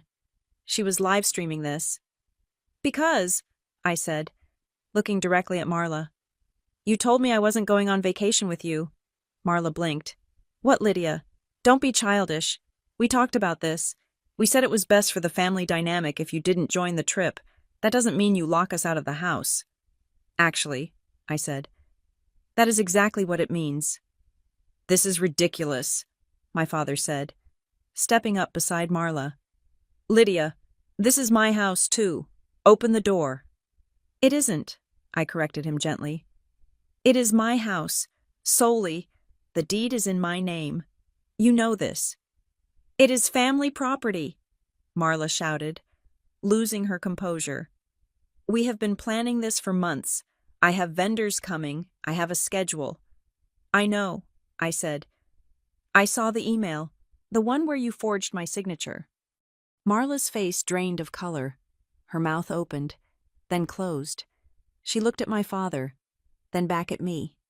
I didn't forge anything, she stammered. I just facilitated the paperwork. I was helping you. You signed my name, I said. That is forgery, and you booked a commercial event on a residential property without the owner's permission. That is trespassing. Gordon. Marla turned to my father, grabbing his arm. Do something. She is ruining everything. My father looked at me. He looked tired. He looked like a man who just wanted to sit down and drink a beer, regardless of whose house it was. Lydia, he said, using his reasonable dad voice. Honey, look, we are sorry if feelings were hurt. Okay, we are sorry. But let's not ruin the week. We are here now. Just open up, and we can talk about it over dinner. We can make room for you. I don't want room, I said. I want an answer. An answer to what? He asked. Why are you here? I asked. To vacation. Ooh, he said, throwing his hands up. To relax. No, I said. Why are you specifically here? At this house? With these people? After you told me I wasn't wanted? We didn't say you weren't wanted. He lied. We said, you said this trip was for a real family. I interrupted. I delivered the line without anger. I delivered it like a verdict. The silence that followed was excruciating. Peyton lowered her phone slightly. The boyfriends in the background looked at their shoes, realizing they had walked into a minefield. I am just being consistent, Dad, I continued. You defined the terms. You said I wasn't real family. Real family stays in the family home. Guests stay in hotels. And strangers. I looked at Marla. Strangers don't get in at all. Lydia, you are taking one sentence and blowing it out of proportion, Marla hissed. We are your family whether you like it or not. Now open this door before I call the police. Call them, I said. Please. I have the deed and a copy of the unauthorized contract you signed on the kitchen counter. I would love to show them to the sheriff. Marla froze. She knew how small towns worked. She knew that Sheriff Miller, the locksmith's cousin, was not someone she could charm. Dad, I said, shifting my gaze back to him. This is it. This is the moment. Explain it to me. Explain why you let her kick me out of my own life, and why you think you still deserve to sleep in my house. My father opened his mouth. He looked at Marla, who was glaring at him with pure venom. He looked at me, standing in the cool shadows. He struggled. I watched his throat work. I watched the indecision paralyze him. He wanted to be a good father, perhaps, but he wanted a quiet life with his wife more. Lydia, he finally said, his voice weak. Don't be like this. You are embarrassing us in front of the guests. That was it. That was his answer. He didn't care about the betrayal. He cared about the optics. I see, I said. Lydia. Marla lunged for the gap in the door. her fingers hooking around the edge of the frame. "You listen to me. You ungrateful little—" "I don't let strangers into my home," I said. I stepped back. I grabbed the handle of the sliding door. "No." "Wait," Marla screamed. I slammed the door shut. The latch clicked. I threw the deadbolt. I dropped the security bar back into the track. The sound of Marla's screaming was instantly muffled, turning into a dull, rhythmic thumping against the reinforced glass. I saw her mouth moving, contorted in ugly shapes of rage. I saw my father put his head in his hands. I saw Peyton raise her phone again, capturing the content of their humiliation. I stood there for a moment, watching them. My heart was beating steadily. My hands were still. I reached up and closed the heavy curtains, blocking them out completely. The room went dark. The silence returned. It wasn't the silence of abandonment I had felt as a child. It was the silence of a judge who had finally brought the gavel down. I walked to the kitchen island, picked up my tea, and took a sip. It was still warm. The silence inside the house was absolute, a stark contrast to the chaotic digital noise erupting on my phone. I had retreated to the kitchen island, treating it like a command center. Outside, the heat was rising off the asphalt driveway in shimmering waves, baking the real family in their luxury vehicles. Inside, I was cool, hydrated, and watching my reputation being dismantled in real time. Marla did not waste time. Within 20 minutes of the door slamming shut, the first notification popped up. It was a Facebook post, visible to me only because I used a burner account to monitor them. The photo was a selfie of Marla, artfully cropped to show the lake in the background but focusing on her face, which was contorted into a mask of brave suffering. She was wiping a non-existent tear from her cheek. So heartbroken. The caption read, "We planned this healing trip for months, only to be locked out by a toxic family member who cares more about property than people. Imagine driving 4 hours to be left in the sun. Please pray for our family as we deal with this cruelty." I scrolled down. The comments were already pouring in. "Oh no. Marla, that is awful. Is that the stepdaughter? I always knew she was trouble. Call the police." Hun, she was controlling the narrative. She was painting me as the villain before I even had a chance to speak, but I did not reply. I did not comment. I simply took a screenshot, saved it to a folder labeled defamation, and took a sip of my iced tea. Then came the text from Peyton. "You are literally psychotic." The message read, "You know we have rights, right? We have implied tenancy because we stay there every year." I Googled it. "If you don't open the door in 5 minutes, I am calling the cops and telling them you are holding our property hostage. Also, my followers are going to roast you." I didn't reply to her either. I took another screenshot. Implied tenancy required a history of regular payments or a permanent address, neither of which they had. But Peyton's threat of roasting me revealed their true fear. They didn't care about the house. They cared about the content. They had promised their audience a lake house tour, and now they were standing in a gravel parking lot. Half an hour later, the tactics shifted from digital shaming to physical deception. My driveway camera alerted me to a new vehicle. It was a white pickup truck with no logo on the side. A man I did not recognize got out. He was wearing a generic neon yellow safety vest over a stained t-shirt, carrying a clipboard. He looked around nervously, then walked up to the front door and pounded on it with a heavy fist. I watched him on the monitor. He glanced back at Marla's convertible, where she was sitting with her sunglasses on, watching him like a hawk. I walked to the front door but did not open it. I spoke through the Ring doorbell system. "Can I help you?" My voice projected through the small speaker outside. The man jumped. He looked at the camera lens. Yeah, I am the property manager. Rick, I got a call about a gas leak. I need to come in and do an emergency inspection." "That is interesting." "Rick," I said, my voice dripping with calm disdain, "because I am the owner, and I didn't call you, and this house is all electric. There is no gas line." The man froze. He looked back at Marla. She made a shooing motion with her hand, urging him to keep going. "Well, it might be the water main then," Rick stammered. "Look, lady, I just need to get inside to check the meters. It is a safety issue. If you don't let me in, the county is going to fine you." "I know the county inspector," I said. "His name is Dave, and he drives a branded vehicle." "You are driving a truck with rust on the bumper and wearing a vest you bought at a hardware store. If you do not leave my property in 30 seconds, I am calling the sheriff to report an attempted home invasion." Rick didn't wait for the 30 seconds. He swore under his breath, threw the clipboard into the bed of his truck, and reversed down the driveway so fast he spun gravel. Marla slammed her hand against the steering wheel of her car. I picked up the landline and dialed the non-emergency number for the Cedar Hollow Sheriff's Department. "Dispatch, this is Lydia Murphy at 4402 Deepwater Lane," I said clearly. "I would like to log a report of attempted trespassing. I have family members who have been denied entry, and they are now hiring strangers to attempt to gain access to my home. I am not in immediate danger, but I want this on record in case they escalate. We will send a patrol car by when a unit is free, Ms. Murphy," the dispatcher said. "Keep your doors locked." "They are," I assured her. 10 minutes later, my phone rang. It was my father. I let it ring 3 times before picking up. I wanted him to sweat. I wanted him to sit in that hot car and think about what he was doing.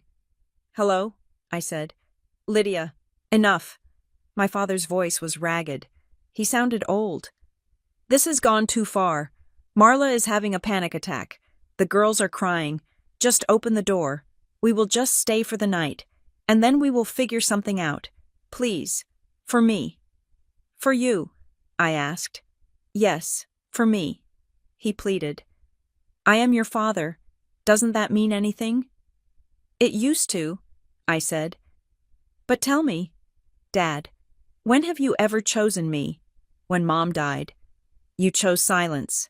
When you married Marla, you chose her comfort over my existence. When she told me I wasn't real family at the dinner table, you chose to look at your cuticles. You have never once stood up for me. So why should I open the door for you now?"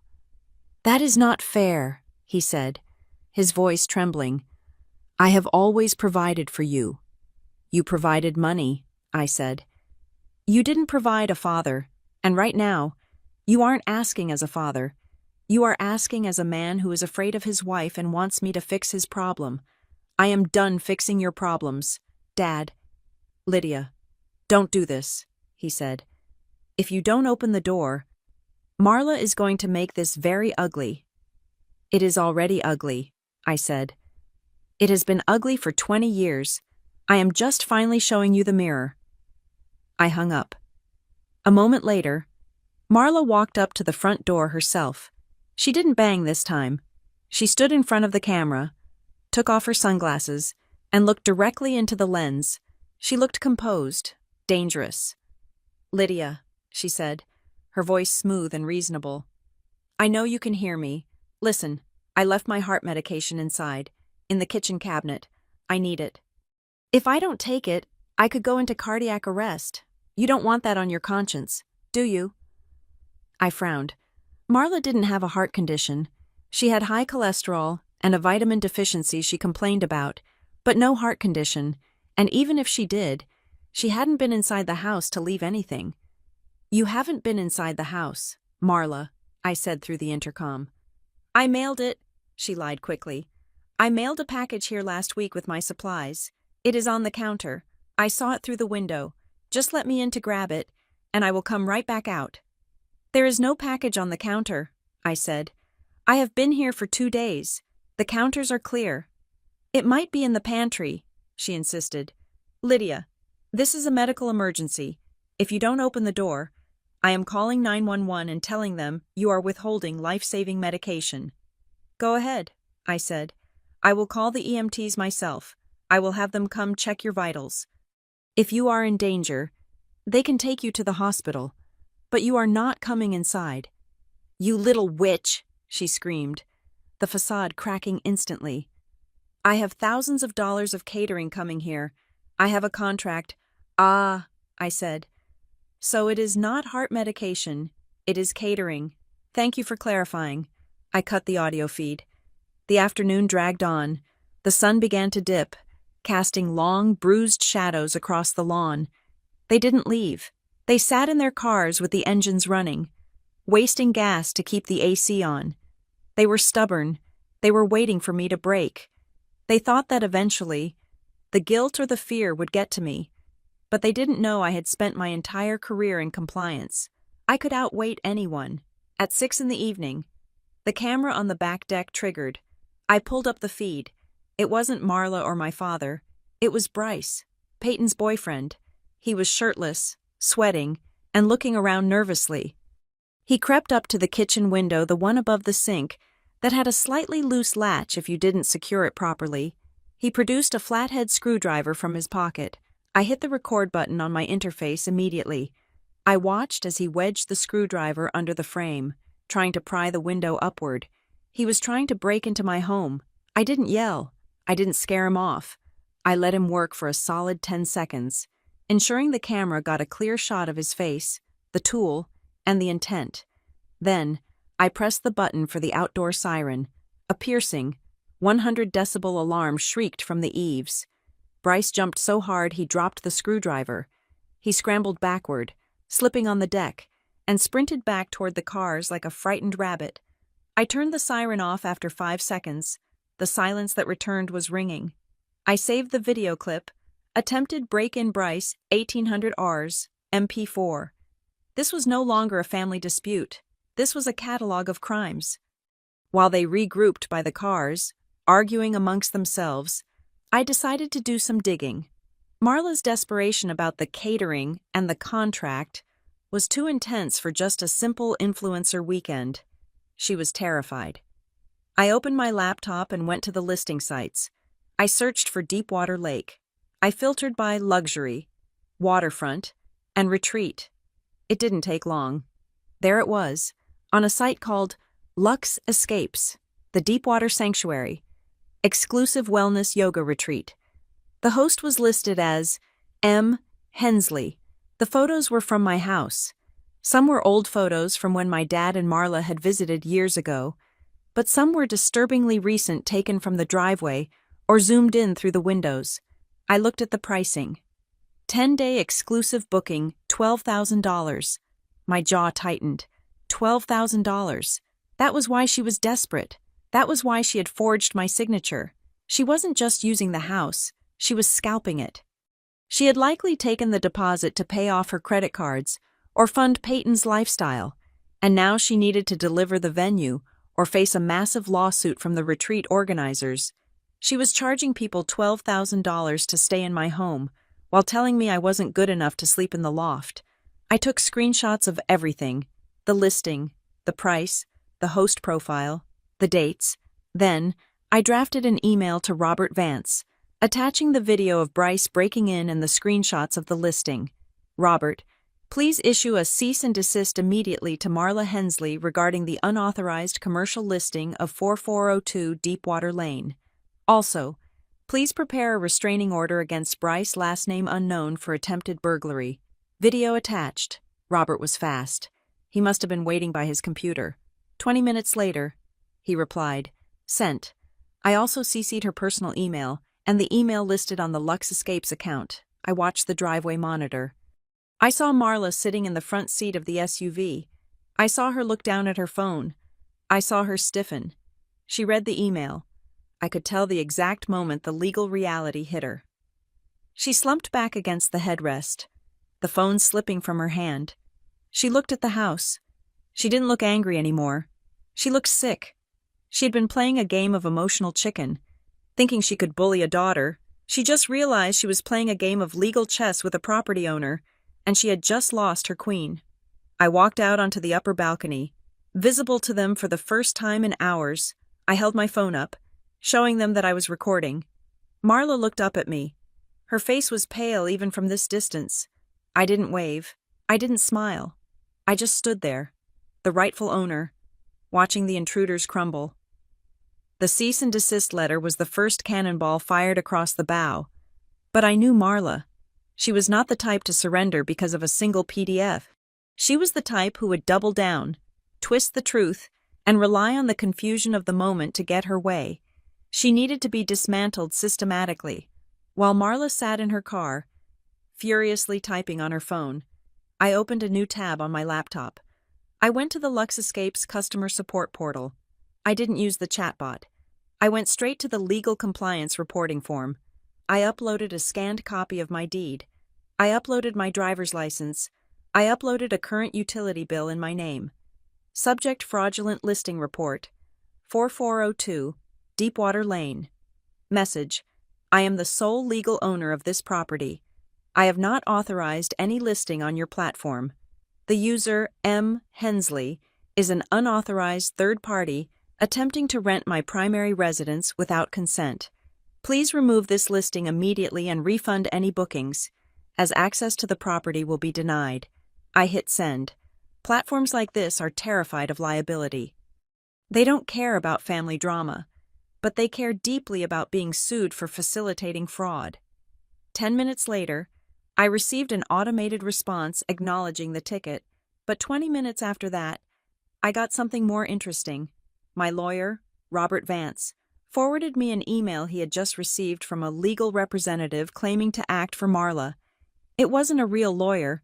It looked like an online legal service template, but attached to it was a document that made me pause. Attachment power of attorney. Property management. I opened it. It looked official. It had a seal. It had a date from 6 months ago. I, Gordon Murphy, acting as head of household and primary custodian of family assets, do hereby grant Marla Hensley full power of attorney regarding the management, rental, and maintenance of the property located at Deepwater Lake. I stared at the screen. My father's signature was at the bottom. It was his real signature, the shaky loop of the G, the sharp M. My heart hammered against my ribs. Had I missed something? Did my father somehow have a claim I didn't know about? I grabbed the deed from my safe again. I read it. Sole owner, Lydia Marie Murphy. My father's name was not on the deed. He couldn't grant power of attorney over a property he didn't own.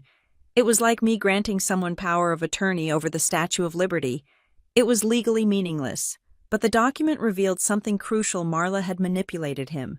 She had convinced him that he did own it, or at least that he had the right to control it, and she had gotten him to sign a paper that she could wave in the face of vendors and platforms to make herself look legitimate.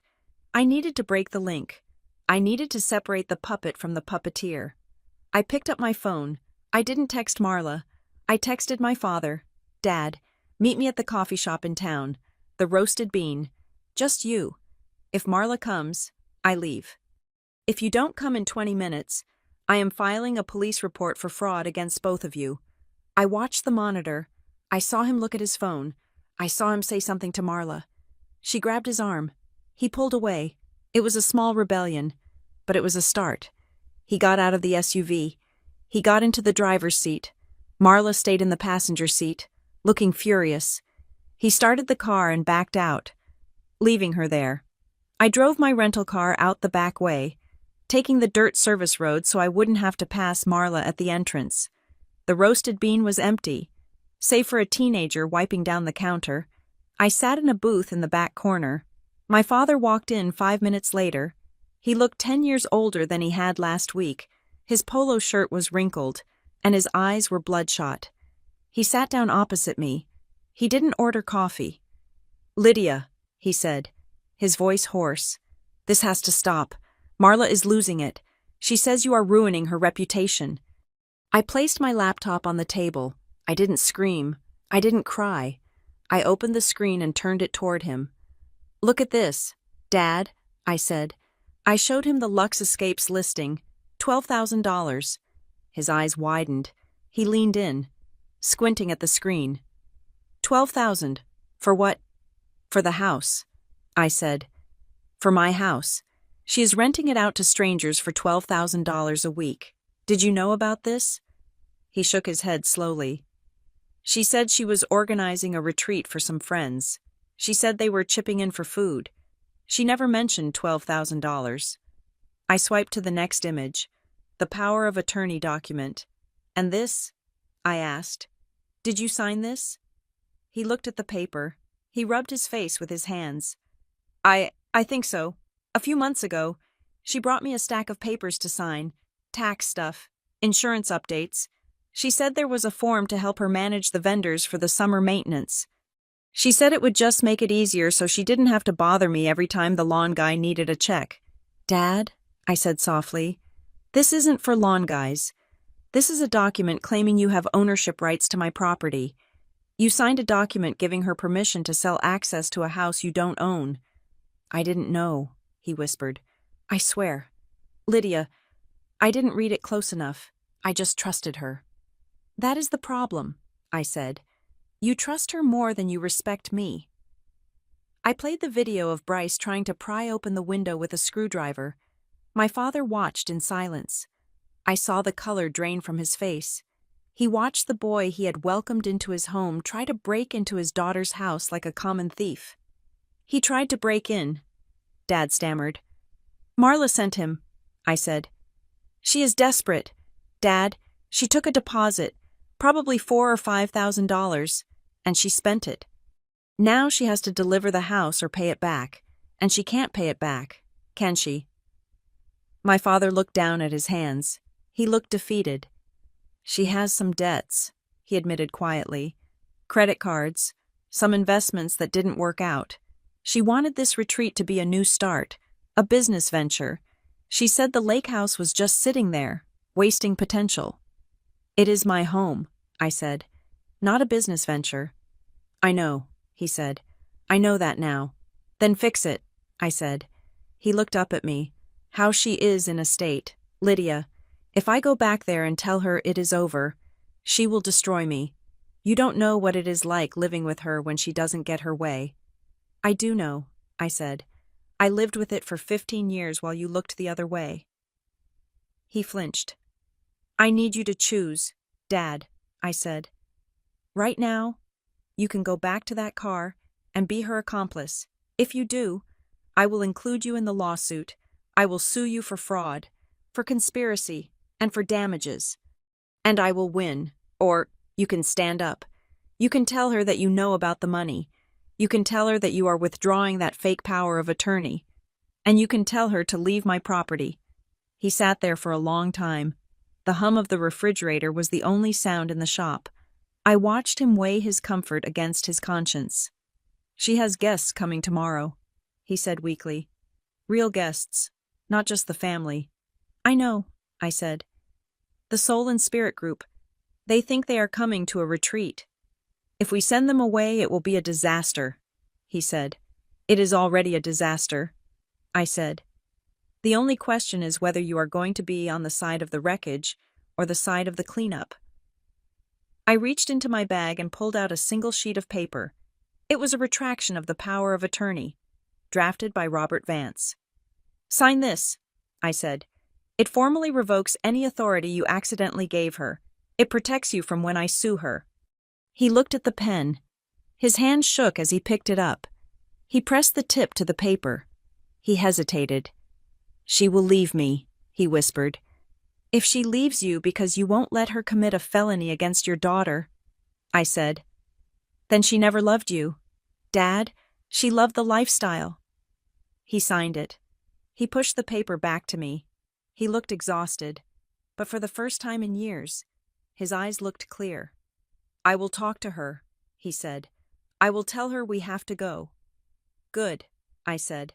"But Dad, actions, not words. If she is still in my driveway in an hour, I am calling the sheriff to remove her." He nodded and stood up. He walked out of the coffee shop. His shoulders slumped, but his step slightly heavier, more resolved.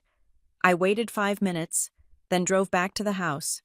When I arrived, the atmosphere had shifted, the sun had set, and the driveway was lit by the harsh glare of my security floodlights. Marla was standing outside the car. She wasn't crying anymore. She was pacing. She looked like a caged animal. My father's SUV pulled in. He got out. I watched from the safety of my darkened kitchen, monitoring the feed. He walked up to her. I couldn't hear the words through the glass, but I saw the body language. He spoke. He gestured with his hands. A cutting motion. No more. Marla stopped pacing. She stared at him. Then, she exploded. She threw her hands up. She pointed at the house. She pointed at him. She was screaming. I saw Peyton and Sloane get out of the convertible, looking scared. My father stood his ground. He didn't retreat. He shook his head. He pointed to the car, indicating they should leave. It looked like I had won. It looked like he had finally done it. But then, Marla did something unexpected. She stopped screaming. She went deadly still. A slow, terrifying smile spread across her face. She pulled out her phone. She made a call. She spoke for only a few seconds, then hung up. She turned to my father and said something that made him freeze.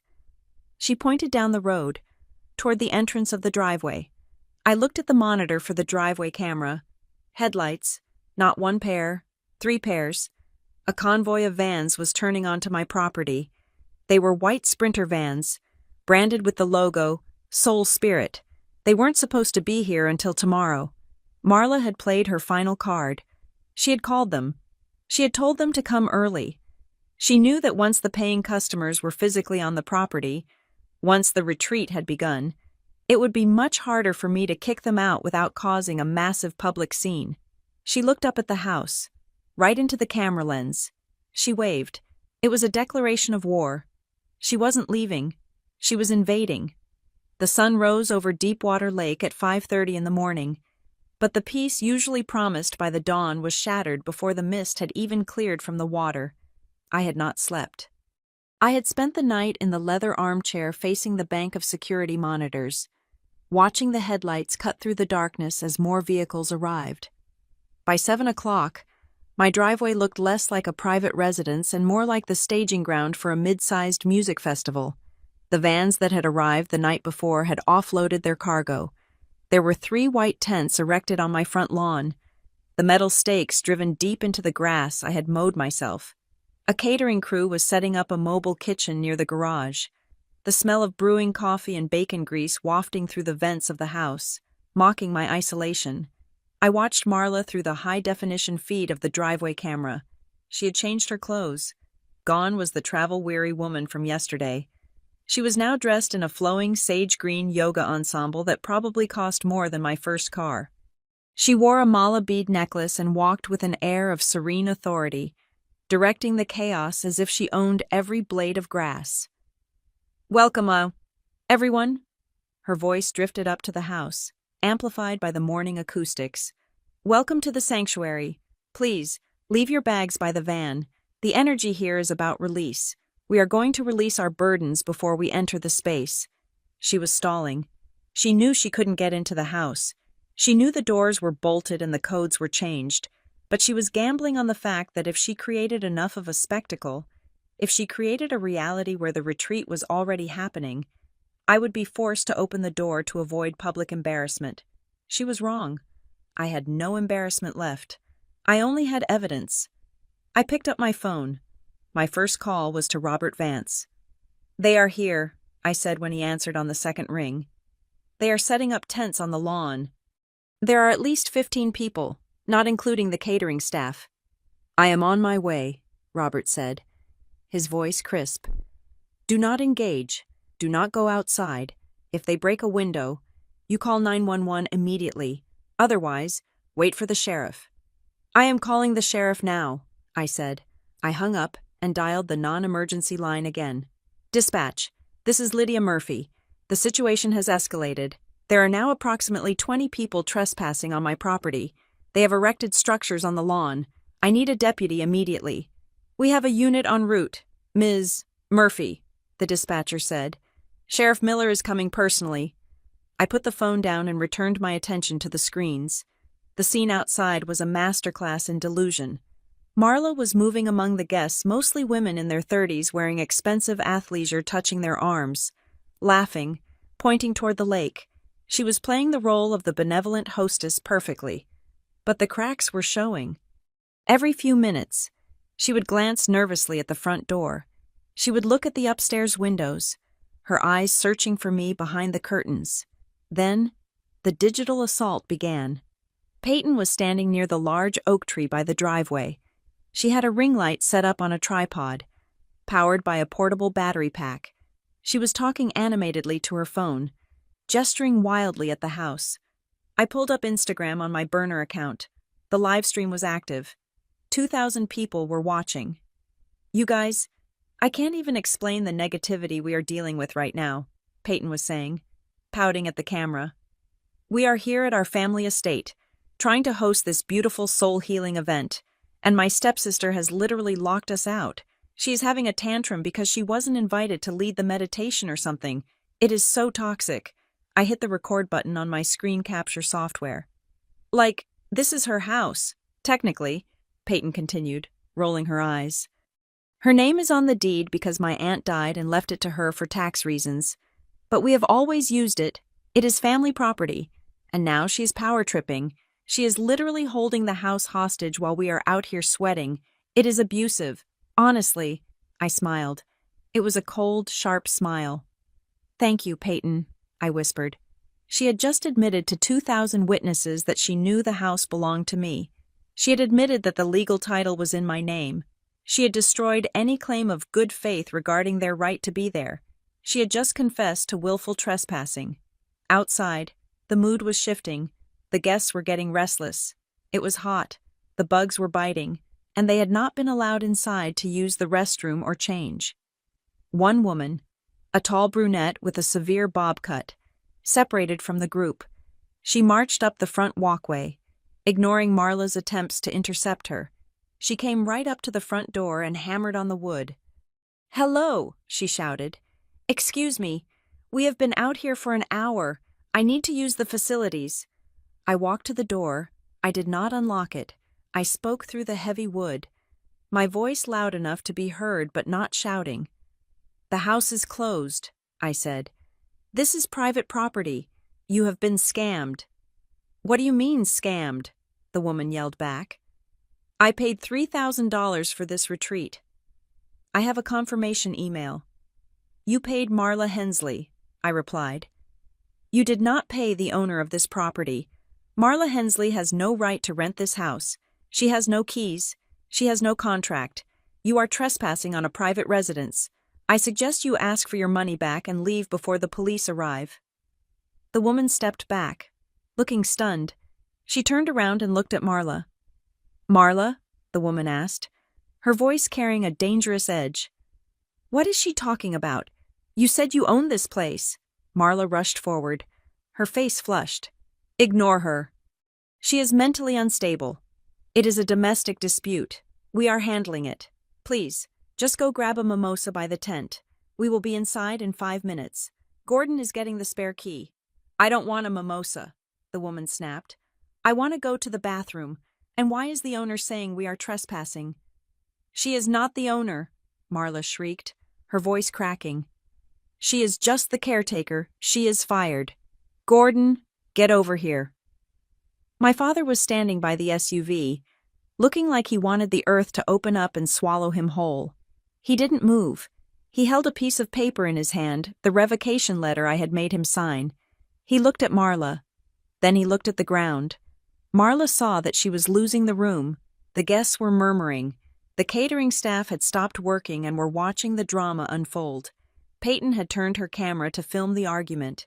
Sensing that the conflict would get more views than the meditation, Marla needed a nuclear option. She needed to be the victim. I saw her eyes dart around. I saw the calculation. She grabbed her chest. She let out a gasp that sounded like a deflating tire. "Oh my God," she moaned. "My heart, I can't breathe." She staggered. She grabbed the railing of the porch steps. Then, with the grace of a bad soap opera actress, she collapsed onto the gravel. "Mom!" Peyton screamed, dropping her phone. "Mom, oh my God, she is having a heart attack." The guests gasped. Several people rushed forward. "Open the door," Peyton yelled at the house, tears streaming down her face. "You killed her. Open the door. She needs water. She needs AC."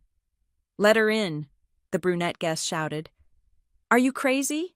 She is dying." My hand hovered over the deadbolt. For a split second, the instinct to help, the instinct to be a human being, flared up. But then I looked at the monitor. Marla was lying on the ground, her eyes closed. But her hand, the one that had clutched her heart, was carefully placed to cushion her head against the stones. And I saw her eyelids flutter. She was peeking. She was checking to see if the door was opening. It was a siege tactic. If I opened the door to help her, they would swarm in. They would establish tenancy. They would never leave. I did not touch the lock. I picked up my phone and dialed 911. "Emergency," I said calmly. "This is Lydia Murphy again. I have a woman collapsed on my driveway at 4402 Deepwater Lane. She is claiming cardiac distress.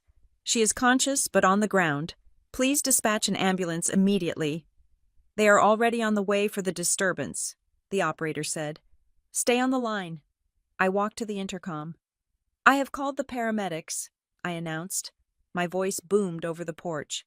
"They are 2 minutes away. Do not move her." "You monster," Peyton screamed. "Open the door."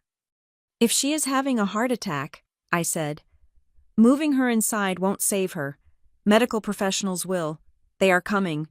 Marla's hand twitched. She heard me. She realized I wasn't buying it. She realized I wasn't going to break. A siren wailed in the distance, getting louder. The guests looked relieved. Marla, hearing the siren, suddenly seemed to recover some of her strength. She groaned and sat up, realizing that a full medical workup would expose her lie instantly. "I think I'm okay," she gasped, waving away the people trying to help her. "I just need to get inside. The heat." "Stay down, ma'am," a guest insisted. "The ambulance is here." A sheriff's cruiser and an ambulance turned into the driveway, lights flashing.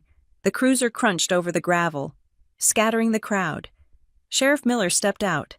He was a big man, wearing a wide-brimmed hat and a look of absolute exhaustion. He adjusted his belt and walked toward the porch. 2 EMTs jumped out of the ambulance and ran toward Marla. "Ma'am, stay down," one of them said. "I am fine," Marla snapped, pushing them away and standing up. The miracle of her recovery was instantaneous. "I just felt faint. It is the heat. My stepdaughter has locked us out in the sun." Sheriff Miller looked at Marla. He looked at the tents. He looked at the angry guests. Then he looked up at the camera above the door. He knew I was watching. He walked up to the door and knocked. "Ms. Murphy?" he called out. "It is Sheriff Miller. Can you come out? Please." I unlocked the deadbolt. I unlocked the handle. I opened the door and stepped out onto the porch. I closed the door behind me and locked it again with the key in my pocket. I held a file folder in my hands. "Good morning, Sheriff," I said. "Lydia," Marla shouted, pointing a shaking finger at me. "Arrest her. She is endangering the welfare of her family. She is stealing our venue." "Quiet down," Sheriff Miller said, holding up a hand. He looked at me. "Okay, Lydia, what is going on here? I have reports of trespassing, fraud, and a disturbance of the peace." "That is correct," I said. "I am the sole owner of this property. These people," I gestured to the crowd, "are trespassing. They have been scammed by that woman, Marla Hensley, who sold them a retreat at a location she does not own and does not have permission to use." "That is a lie," Marla yelled. She reached into her oversized bag and pulled out a crumpled document. "I have power of attorney. Gordon signed it. I have full rights to manage this property." She thrust the paper at the sheriff. Sheriff Miller took it. He put on his reading glasses. He looked at the document. "This is a power of attorney granting management rights to Marla Hensley from Gordon Murphy." The sheriff read. "See?" Marla cried triumphantly. "Tell her to open the door. We have a schedule to keep." "However," the sheriff continued, looking over his glasses at Marla, "Gordon Murphy does not own this house. I pulled the deed this morning. Lydia Murphy is the sole owner. Gordon Murphy cannot grant rights to property he doesn't possess." "But we are married," Marla stammered. "It is family property. What is mine?" "Not if the deed is in the daughter's name alone," the sheriff said.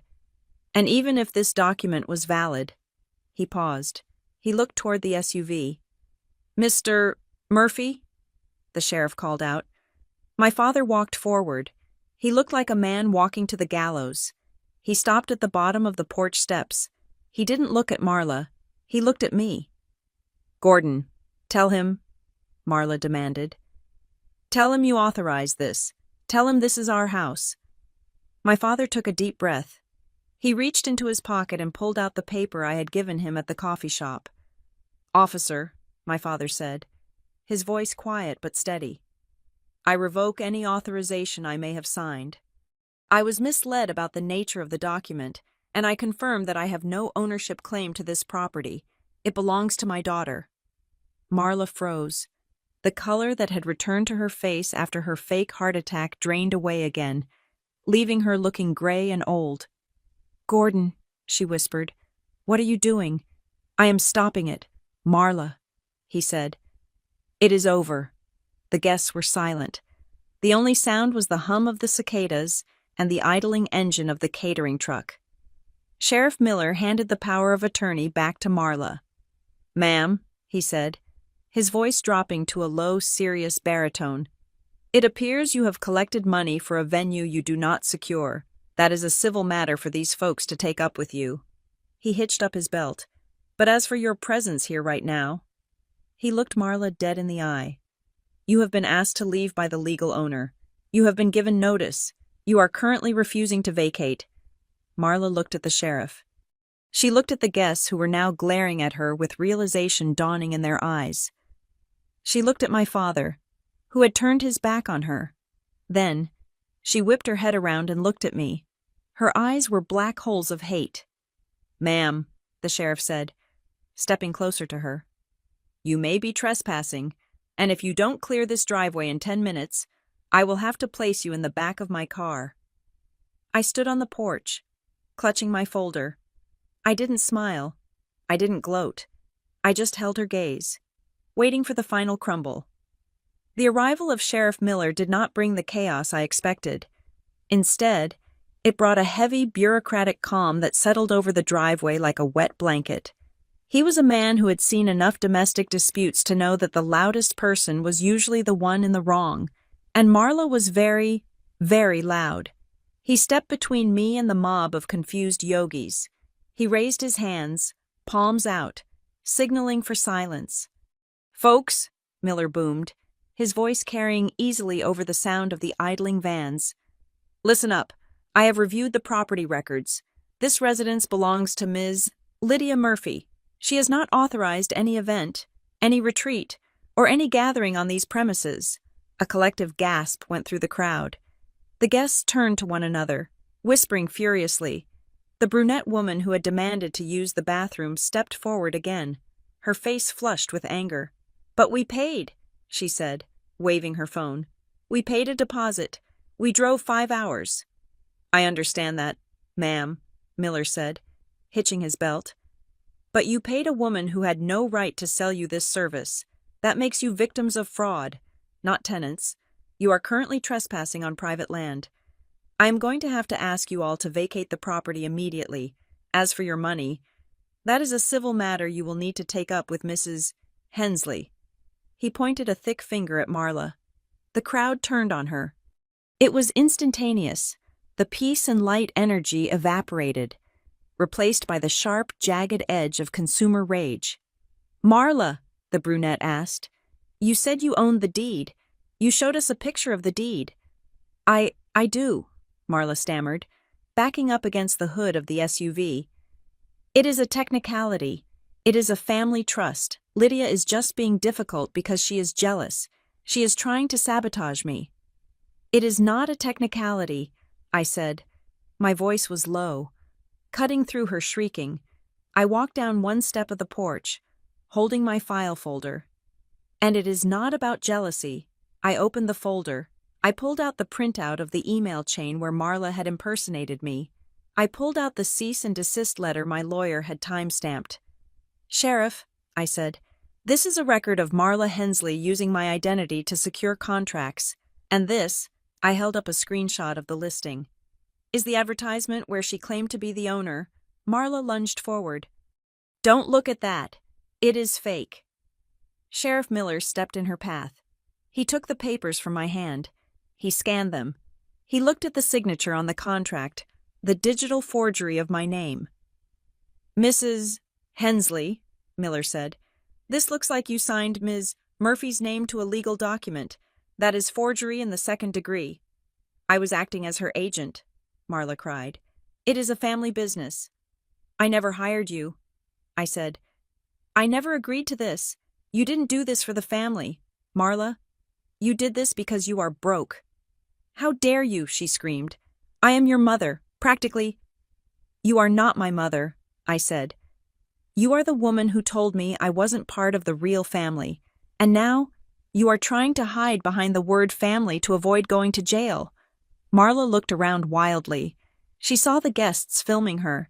She saw Peyton and Sloane standing by the convertible, their faces pale.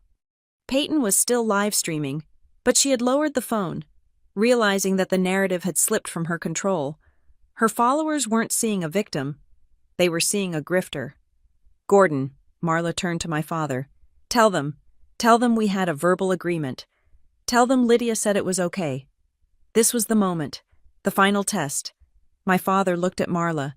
He looked at the desperation in her eyes, the ugliness of her entitlement. Then he looked at me. I stood on the stairs of my mother's house, the house he had abandoned emotionally years ago. He took a deep breath. No, my father said. Marla froze. What? We didn't have an agreement, my father said. His voice was stronger this time. Lydia told us explicitly that we weren't welcome. She told us not to come, and that paper you made me sign, you told me it was for the landscapers. You lied to me. Marla. You spineless old fool, Marla hissed. I did this for us, for our retirement. You did it for yourself, he said. I decided it was time to end it. I reached into my pocket and pulled out my phone. There is one last thing, I said to the sheriff. Just so we are clear on the intent, I tapped the screen. I connected via Bluetooth to the outdoor speakers I had installed on the porch years ago. A recording began to play. It was a voicemail Marla had left for a friend 3 weeks ago. I had captured it because she had used the landline at my father's house, which was still part of a family plan I managed and had access to. Her voice boomed across the lawn, crisp and clear. Oh, don't worry about Lydia. She is a doormat. I will just book the retreat. Once the people are there, she won't have the guts to kick us out. We will just move in and act like we own it. She never fights back. It is free money, honey. The recording ended. The silence that followed was heavy. The guests looked at Marla with pure disgust. Even Peyton looked away, unable to defend her. She never fights back, I repeated, looking Marla in the eye. You were banking on my silence. You bet everything on the idea that I would be too polite to protect myself. I took a step down. You lost that bet. Sheriff Miller cleared his throat. He pulled a notepad from his pocket. Mrs. Hensley, he said, I am issuing you a citation for criminal trespass. I am also advising these folks. He gestured to the guests. That they have grounds to file charges for theft by deception. If you do not leave this property in 5 minutes, I will arrest you for disorderly conduct. Marla looked at the sheriff. She looked at the guests who were demanding refunds. She looked at the house she had coveted. She didn't scream again. She seemed to shrink. The air of superiority collapsed, leaving behind a small, bitter woman in expensive yoga clothes. Fine, she spat. Keep your rot-infested cabin. It is ugly anyway. She turned and marched to the SUV. Get in the car, Gordon, she commanded. My father didn't move. I said, get in the car, she shrieked, slamming the door. No, my father said. I will ride with the girls. He walked over to the convertible where Peyton and Sloane were sitting. They looked terrified. They had live-streamed their mother's humiliation and their own complicity. They knew the internet would tear them apart. They unlocked the doors, and my father slid into the back seat. Marla sat alone in the SUV. She started the engine. She revved it hard. A final, impotent display of power. Then, she reversed out of the driveway, kicking up dust, and sped off down the road. The guests began to disperse. They packed up their mats. They glared at me, some still blaming me for ruining their vacation, but most just looking defeated. I didn't care. I watched them load into the vans. Sheriff Miller walked up to the porch. He tipped his hat. I will file the report, Ms. Murphy, he said. If she comes back, you call me. Thank you, Sheriff, I said. He walked back to his cruiser. My father got out of the convertible for a moment. He walked to the bottom of the steps. He looked up at me. He looked like a man waking up from a long coma. Lydia, he said.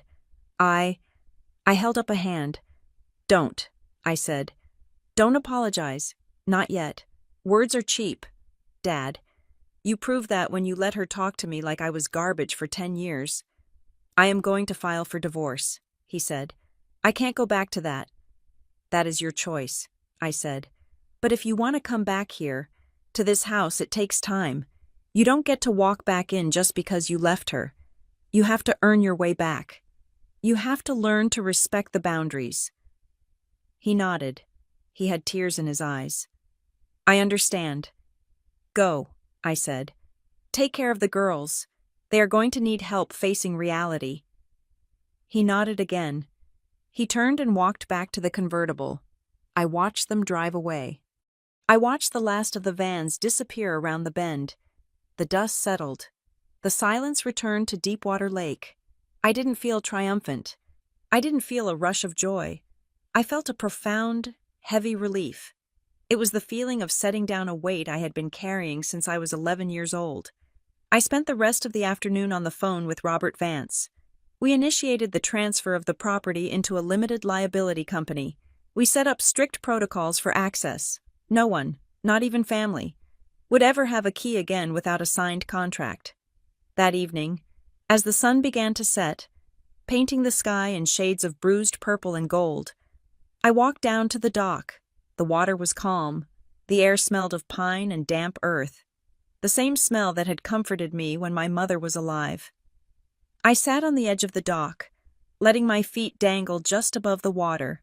I had lost the illusion of a family, but I had regained my home. I had regained my dignity.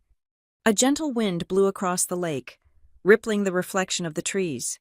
I closed my eyes and breathed it in. People tell you that family is everything. They tell you that you should sacrifice your peace to keep the peace. They are wrong. Family is not the people who are allowed to cut you out and then use your things. Family is not the people who demand your silence so they can be comfortable. Family are the people who respect your boundaries, even when you are quiet. And if they can't do that, then they are just guests who have overstayed their welcome. I opened my eyes and looked at the horizon. I was alone, but I wasn't lonely. I was finally, truly, home. Thank you so much for listening to this story. I would love to know where you are tuning in from today. So please leave a comment down below sharing your location and your thoughts on Lydia's revenge. If you enjoyed this story, please make sure to subscribe to Maya Revenge Stories. Hit that like button and smash the hype button to help this video reach more people.